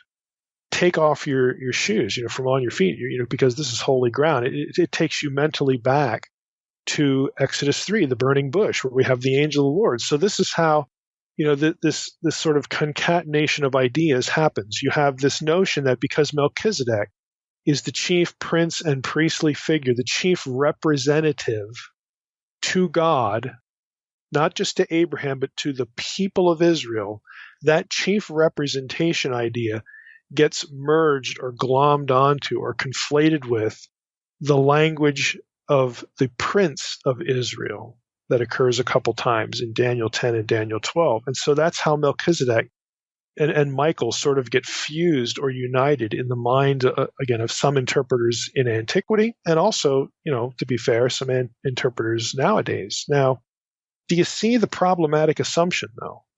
Do you see what the problem is if you think that way? The figure in Joshua 5 is the prince of the Lord's host. He's the prince of the heavenly host. Whereas Michael, in Daniel 10, Daniel 12, is the prince of Israel, which is earthly. They're actually talking about two different things, but nevertheless they get conflated as though it was the same thing. And that's the problem. That's the mistake. You cannot presume the figure of Joshua 5 and Michael are the same just because they're both called prince. But some ancient Jewish interpreters did, and some modern interpreters do as well now. Now, the identification of the figure of Joshua 5 and Michael is also marred or messed up by the description of Michael in Daniel 10:13. Here's why it's wrong. Here's why this association cannot be the case. On one hand, they're princes of different things. There's a disconnect. Joshua 5, that is the prince of Yahweh's host, his heavenly host. And Daniel 10, Daniel 12, Michael is the prince of Israel, which is an earthly people. So you have that disconnect, but there's another problem. That's Daniel 10:13, the way Michael's described there. Michael is described as one of the chief princes in Daniel 10:13. Now, if Michael is the prince, the commander of Yahweh's host in Joshua 5, if he's that guy, then that commander is but one of the commanders of Yahweh's host, because Michael is just one of the chief princes. So any of those other chief princes that aren't named could have been the captain, the commander of Yahweh's host back in Joshua 5. It just doesn't work. You don't have Michael elevated to a unique position. He's just one of a small group for sure. But if he's one of the chief princes, then the guy back in Joshua 5 and by extension the one in the burning bush is just one of several that hold that position, have that high status. And if that figure is just one of several princes, then you could have had any number, again, at least more than one divine being occupying space with Yahweh in the burning bush. And that is just not the way that the angel of Yahweh is portrayed in the Old Testament. So that's actually a significant problem. Having Daniel's 10:13 tell us that Michael is just one of the chief princes, and he's not, this unique status by himself. Michael is clearly, put it another way, he's clearly not the highest authority in the heavenly sphere. He assists the divine man, quote unquote, who speaks to Daniel in Daniel 10:13, Daniel 10:21. And again, he's just one of the chief princes. Now that divine man, just a little bit of a rabbit trail here, the divine man back in Daniel, who's speaking to Daniel, I think is the prince of the host from Daniel 8:11, and also the prince of princes in Daniel 8:25. And that guy is not Michael. He ain't Michael. That figure outranks Michael, who is just one of the chief princes. And again, the prince not of the whole heavenly host, but he's the prince of Israel. The prince of the host, again, the whole heavenly host of Daniel 8:11, again, is not Michael. And frankly, that prince, the prince of the host, the prince of princes, Daniel 8:11, Daniel 8:25, that guy sounds an awful lot like the guy back in Joshua 5, who is the prince of Yahweh's heavenly host, Yahweh's army. So to sum that up, again, to try to summarize all that, Michael is not the highest authority in heaven under God. He is not the second Yahweh. The second Yahweh figure outranks him. And if that's the case, then Jesus, who is aligned with the angel of Yahweh, who is the second embodied Yahweh, cannot be Michael. And I know, like traditions like Seventh-day Adventists want to fuse Jesus and Michael. There are significant problems to it, especially Daniel 10:13. Michael is just one of the chief princes. I'm sorry, but Jesus is unique. The second Yahweh is unique because he is Yahweh. And I realize I'm using unseen realm lingo here. If you're new to the podcast, you need to go back and read Unseen Realm. You need to, the chapters on the word and the angel and the name and all that stuff, because this is where the idea of two Yahweh figures, comes in. This is the Old Testament basis for the later Jewish teaching of two powers in heaven, two good guys, one of which was the lesser Yahweh. Okay. You have that figure, and that is not Michael. And so you have some significant disconnects. And to sort of marry Melchizedek to Michael kind of compounds the problem. You don't need Melchizedek to be Michael or any other divine being to make sense of what the New Testament says about Jesus and Melchizedek. You just don't need it. But a lot of people sort of go down this road because they're thinking, based on what they read in Hebrews 7, that we have to have Melchizedek be a divine being, or else Hebrews 7 is wrong, or there's something going on there. And so, well, who could Melchizedek be that's a divine being? And some people will land on Michael like they did in the ancient world. And then you've got significant problems, because then you've got the captain of the Lord's host back in Joshua 5 being just one of several equal guys in heaven. And then you got real problems when you have to import that back into the burning bush with the angel of the Lord, because the same language, take your shoes off, from off your feet because you're standing on holy ground, the same language is used in both places. So when you try to unite these things, really on the basis of the word prince, okay, you've got problems. So where I'm at here is Michael is different than Melchizedek. Michael is different, okay, than the prince of the host and the prince of princes. Michael is just what the scripture says he is. He's the prince of Israel.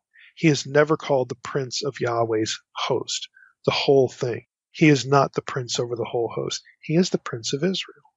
That's what he's called. So let's not conflate these figures, and we can avoid some, serious theological problems. And then going back to Melchizedek, to repeat what I just said, you don't need Melchizedek to be a divine being in the Old Testament to have Hebrews 7 make sense. And that's where we're going to go now. Again, this is an episode that we need to orient to the New Testament, and the two passages are the end of Hebrews 6 and on into Hebrews 7. So let's read those. I'm going to read Hebrews 6:13 through 20, which says this: For when God made a promise to Abraham, since he had no one greater by whom to swear, he swore by himself, saying, Surely I will bless you and multiply you. And thus Abraham, having waited patiently, obtained the promise. For people swear by something greater than themselves, and in all their disputes an oath is final for confirmation. So when God desired to show more convincingly To the heirs of the promise, the unchangeable character of his purpose, he guaranteed it with an oath, so that by two unchangeable things in which it is impossible for God to lie, we who have fled for refuge might have strong encouragement to hold fast the hope set before us. We have this as a sure and steadfast anchor of the soul, a hope that enters into the inner place behind the curtain, where Jesus has gone as a forerunner on our behalf, having become a high priest forever after the order of Melchizedek. Now on into Hebrews 7, starting with verse 1. For this Melchizedek, king of Salem or Salem, priest of the Most High God, met Abraham returning from the slaughter of the kings, and blessed him. And to him Abraham apportioned a tenth part of everything. He is first, by translation of his name, King of Righteousness. And then he is also King of Salem, that is, King of Peace. He is without father or mother or genealogy, having neither beginning of days nor end of life, but resembling the Son of God, he continues a priest forever. See how great this man was to whom Abraham the patriarch gave a tenth of the spoils. Now I'm going to stop there, in part because, again, it looks like we're going to be doing Hebrews, going through the whole book of Hebrews on the podcast. I want to focus on the language here used about Jesus and Melchizedek for this particular episode because, frankly, this is really what the episode is about. There are two interpretive options in scholarship for what I just read. We can either take what I just read literally, or we can look at it allegorically, okay, or analogically might be a better way to say it. And I'm going to just read a few excerpts from some commentaries here just so that you see the difference between those two options. So the first one here is from Peter O'Brien, his commentary, The Letter to the Hebrews, in the Pillar New Testament Commentary series. He writes, "These remarkable words have been understood in two significantly different ways. The first approach interprets without father or mother as divine predicates, which were well known in Hellenistic sources. Without genealogy signifies unbegotten or uncreated, and therefore of divine generation, while the crucial statement without beginning of days or end of life means that he was truly God and not merely a divinized mortal. On this view, Melchizedek is a divine figure, a heavenly being who is not part of this world." So again, that's one way, that's the end of the quotation. That's one way you can read this material in Hebrews 7. Of course, the problem is there's no hint of any of that in the Old Testament. Second Temple, you run into it, here and there, like 11Q Melchizedek, but if you remember the episode we did on the Second Temple period, there were other Second Temple writers that didn't think Melchizedek was divine at all. So they just cast him as a normal guy. So there was a difference of opinion there. But again, if you can read Hebrews 7 that way.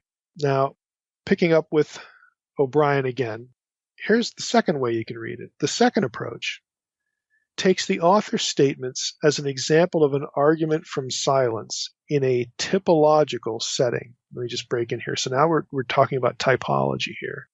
And again, for those who may not recall or don't know, a type is a nonverbal prophecy.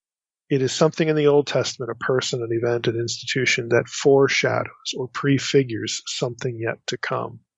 It's an analogy to something yet to come. Back to Lane's quotation. I'll just start from where I was at. The second approach takes the author's statements as an example of an argument from silence in a typological setting. If the first clause, quote, without father or mother, without genealogy, unquote, is understood in purely human terms within a Greco-Roman context, then this would discredit Melchizedek. Without father meant being considered illegitimate. Someone without a mother was the child of a woman of low social status. And without genealogy meant that one was disqualified from being a Levitical priest, according to Numbers 3, verse 10 and verses 15 and 16. So that's the end of the quotation. What do we do with this? Because neither alternative seems really that great. The keys to unraveling this passage, the end of Hebrews 6 and Hebrews 7, without disrespecting Melchizedek, without making him an illegitimate, kid or something like that, but yet also honoring the fact that the Old Testament does not cast him as a divine being. The keys to sort of navigating this, there's really two things. Let's just start with the first one, again, in my view, and those are the words without genealogy. That's an important qualifier because the point would be priestly qualification. Okay, not having a genealogy does not refer to a supernatural nature of Melchizedek. Okay, that he had no parentage or something like that. We'll get to the other phrasing here. But without genealogy refers to the lack of a priestly qualification. Now, O'Brien, back to him, says this.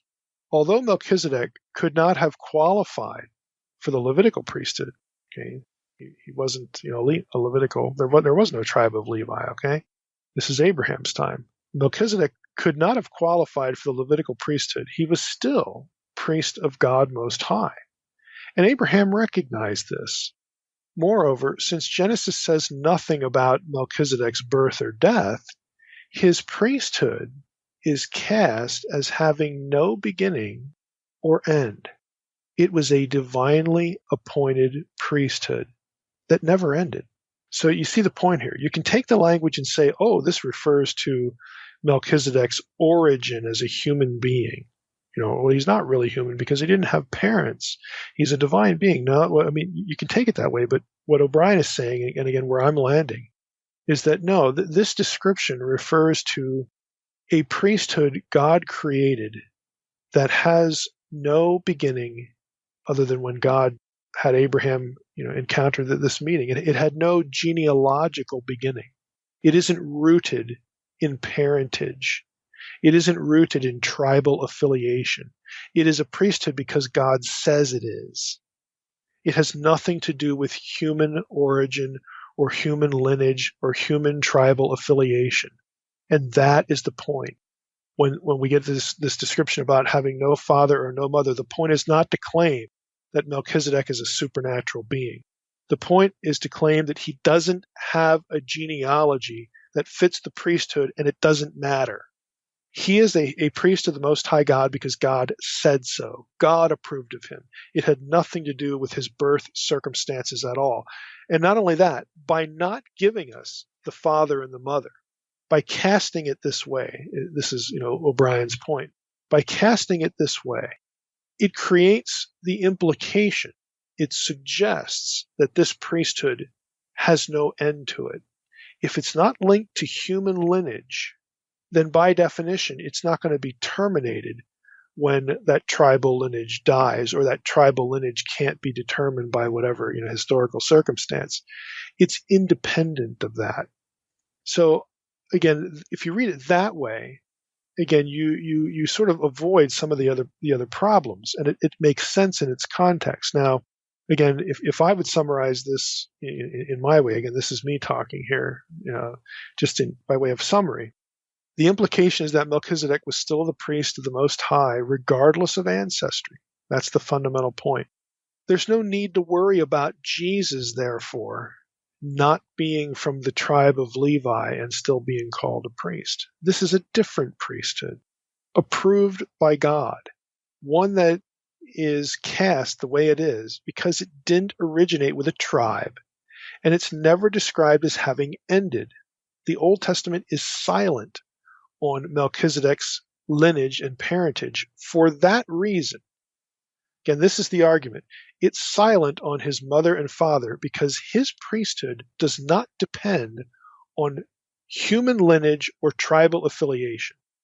It is not silent so that we can claim that or think that Melchizedek was a divine being. Now, as such, the physical succession to Jesus of Nazareth is not an issue. We don't even have to have Melchizedek related to Jesus to make the connection with Melchizedek legitimate. It doesn't matter because God has chosen this priesthood. That's why in Psalm 110, when God says to the dynasty of David, you're going to be a priest forever after the order of Melchizedek, God just decided that. That's God's decision. I'm going to make you, son of David dynastic offspring. I'm going to make you a king, but I'm also going to make you a priest. And I'm going to select for the analogy for the legitimacy of your priesthood, this guy Melchizedek, because his priesthood was something I decided. It had nothing to do with physical lineage. So don't worry about it. You are a king and a priest. These are God's decisions. And what it really tells you, in my mind anyway, it really does speak again to the issue that the Aaronic priesthood was sort of an afterthought or a plan B or a concession because of Moses' unbelief. God doesn't let that defeat his template, his ideal, going back to Adam, where you have king and priest in one person. That is still what God wants, regardless of the fact that he made a concession to Moses because Moses just couldn't believe and said, okay, we'll make Aaron, your spokesperson. And, Aaron becomes the high priest. God was merciful to Moses. And that's where we get the Aaronic priesthood. God doesn't need to stick with plan B to get what God wants. God goes back to the order of Melchizedek to merge the office of king and priest into one. Again, God's allowed to do that because he's God. He endorses what he endorses. So we don't need to worry about questions of physical succession for Jesus to Melchizedek or anything like that. This whole thing was dictated by God alone. The silence of the Old Testament creates the impression deliberately that Melchizedek did not inherit his priestly service from a predecessor, and he remained a priest without a successor. His priestly line, in God's mind, is still in place and legitimate. It doesn't depend on a predecessor or a successor. And that's why the Old Testament is silent on Melchizedek's lineage. That's why the writer of Hebrews 7 says, without father or mother, having no genealogy. That's the point. The point is not to paint him as a supernatural being. Now back to O'Brien, just another little snippet from him. He says, consequently, Melchizedek foreshadows the priesthood of Christ at that point where it is most fundamentally different from the Levitical priesthood. In other words, it is a priesthood not dependent on tribal lineage. End of quote. So that, I think, is the first thing that really helps unravel what's going on in Hebrews 7 without making Melchizedek into something he's not. He's not a divine being and he's not an illegitimate child either. This is how we need to approach it and read it, and it makes good sense. The second item in Hebrews 7 is in verse 3. There's a phrase in verse 3 where we read that resembling the Son of God, he, Melchizedek, becomes a priest forever. Now note the wording. It is Melchizedek who resembles the Son of God. The point is not that Jesus resembles Melchizedek. And because Melchizedek resembles Jesus, his priesthood, Melchizedek's priesthood, is to be understood as being independent of lineage. Again, it's just another way of arguing the same thing. His priesthood is one begun by God and never terminated. And so while Second Temple texts thought about Melchizedek in divine terms, and the reason for doing so was wrong, it was just misguided, the notion is still valid if one sees how the Messiah was a priest according to Melchizedek's priesthood, and that the Messiah, not Melchizedek, was the one who was divine. In other words, the idea that Melchizedek has something to do with a divine Messiah, there's some relationship between Melchizedek and a divine Messiah, that's on target, but not because Melchizedek himself was more than a man. It's on target because Jesus, the son of David, was more than a man. Now, again, that's sort of flipping it on its head, but I'm hoping, again, that you see the coherence of approaching it this way. A different commentator here, Lane, in his Word Biblical Commentary on Hebrews, he talks about a little bit about some of the finer grammatical points in Hebrews 7.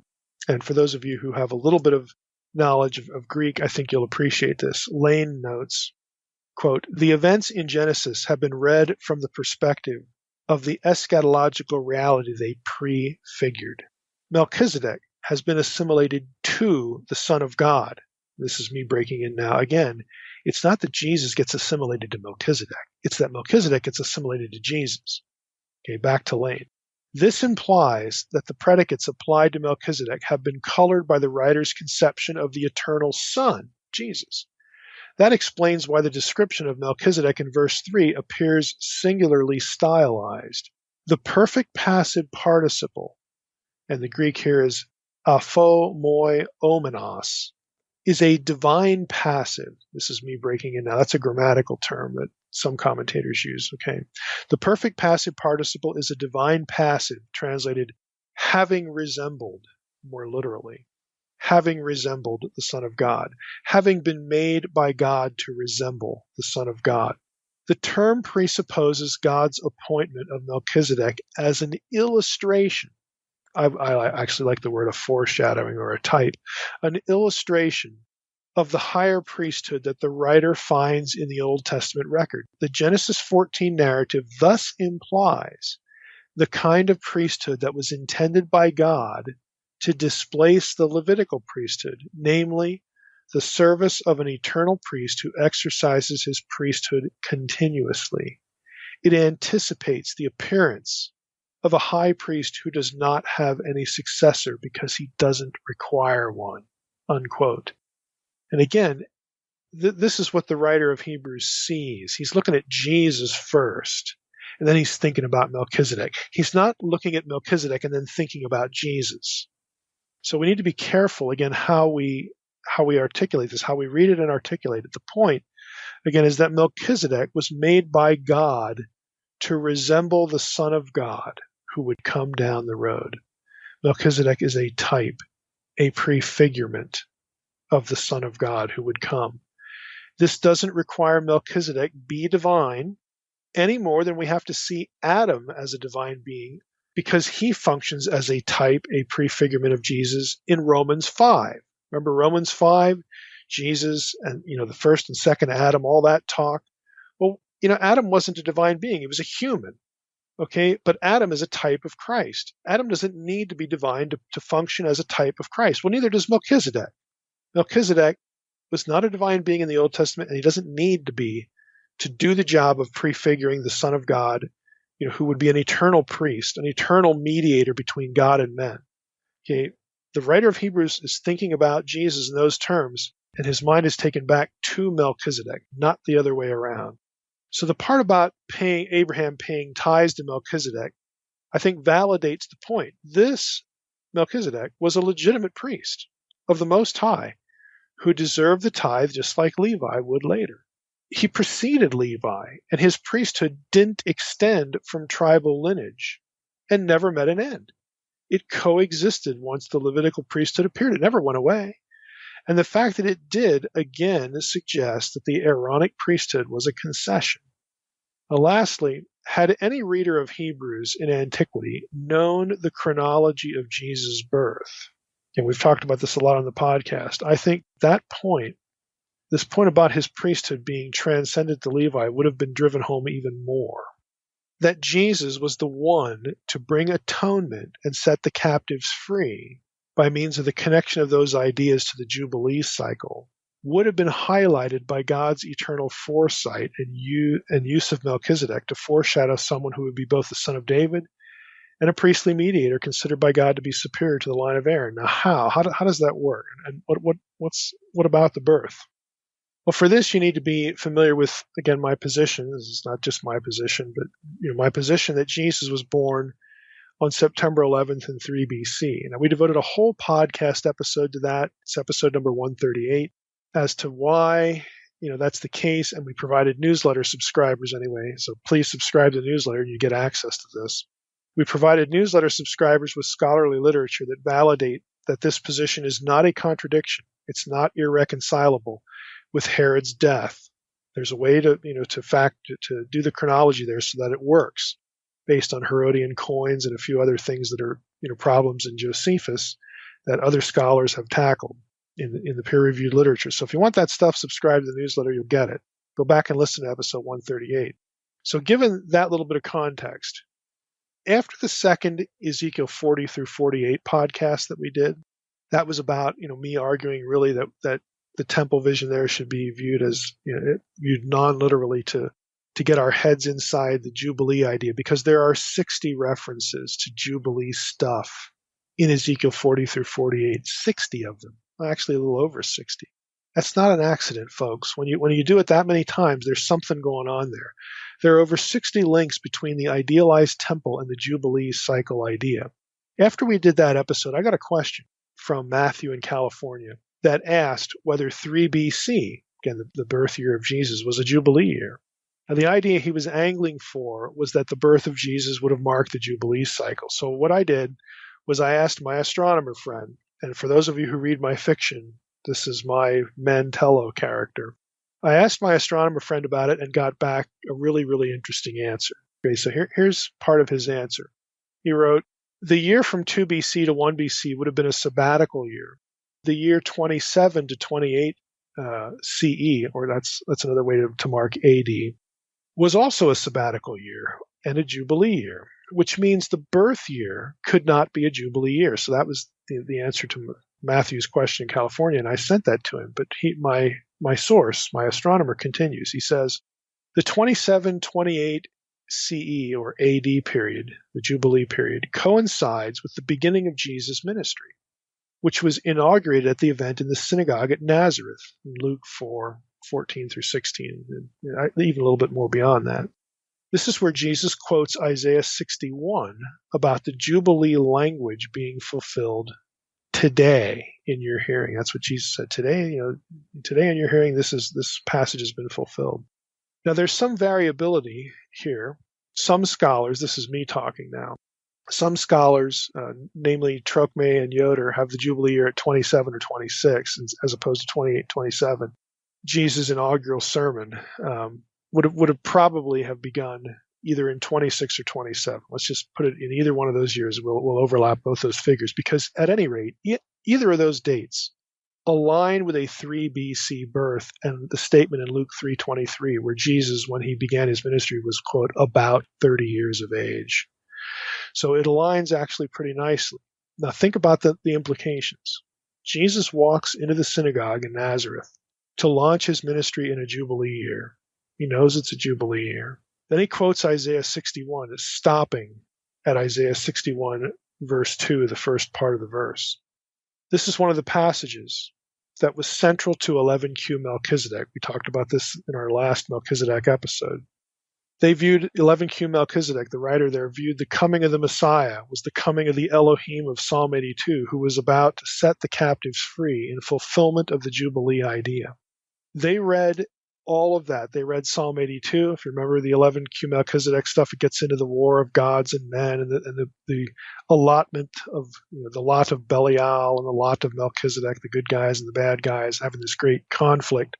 Again, because the Messiah is supposed to set the captives free, set the nation free. That requires conquest and overthrow of their overlords. So they're processing the whole thing militarily. They process Psalm 82, Isaiah 61, all that through the vengeance, of God. But that's actually where Jesus stopped. Let me just read you. Let me just go to Isaiah 61 to get our memories refreshed.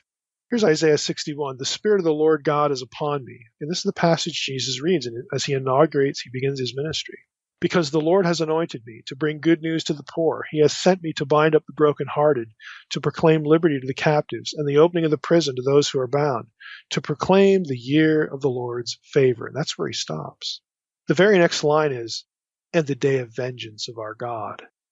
And that's what Jews of the period had in their head, but Jesus actually stops. He doesn't quote that part of Isaiah 61. Why? Because what he's there for, his liberation of the captives, is wider and frankly more significant than military conquest. Humanity was to be liberated from spiritual darkness and estrangement from God because of what he was going to do. He quotes this passage but excludes the day of vengeance of our God because what he's thinking about is much bigger than that. So now think about all of that and what we said earlier about the content matrix with Melchizedek. You have Melchizedek. He blesses Abraham. He blesses Abraham's seed. He is priest of Elyon, the Most High. The Most High God was the one who disinherited the nations in Deuteronomy 32. This particular seed of Abraham, Jesus, son of Abraham, also son of David, was the one who would reclaim those nations because he was also the son of David, the son of Abraham. Remember that the passages we read in the Old Testament sections about how these references to the scepter by virtue of Psalm 110, the scepter not departing, from the king. And I mean, he's the son of Abraham. He's the son of David. He's a king and a priest. He gets associated with Melchizedek, who was also a king and a priest. And Melchizedek was the king of Jerusalem, the priest of Jerusalem. So there you get the Zion association there. All that together. Again, this is what the Messiah, the Messianic dynasty, was supposed to be. Jesus was a high priest, a mediator, and a king. He's the mediator according to Melchizedek's priesthood, the king according to the dynasty of David. He is the mediator between humanity and the Most High. He was the specific seed of Abraham who reclaimed the nations for the Most High. He was the son of David whom Psalm 89, verse 27 said would be made the Most High son of David over the nations. And his ministry, all of that's who he is. And it all began. The enactment of who he was and what it meant all began in Nazareth in a Jubilee year. Again, with Jesus quoting Isaiah 61. Now that sort of planning, that sort of having all those threads converge and come together in this person, Jesus of Nazareth, if people were aware of that or even part of it, they're going to be looking at Jesus just like the writer of Hebrews did. This guy is superior in every way to the line of Aaron and the tribe of Levi. His dynasty was promised, again, to be an eternal dynasty and a never-ending dynasty. In other words, it's not going to be terminated. And his priesthood is also never-ending because he is a priest after the order of Melchizedek by God's own decision. And that priesthood had no predecessor and no successor. And again, you look at all of these circumstances, all of these threads converging. Again, if we had these things in our head, we would look at Jesus just the way the writer of Hebrews did, like I just said, that this is something greater, far greater, both in terms of who he was and God's unbelievably magnificent planning to bring all this together. This one is greater and represents a greater truth than Aaron and the law and the ritual and the priesthood of Levi. There's just no comparison. And that's really the fundamental point in Hebrews 7 about Jesus and his relationship to Melchizedek.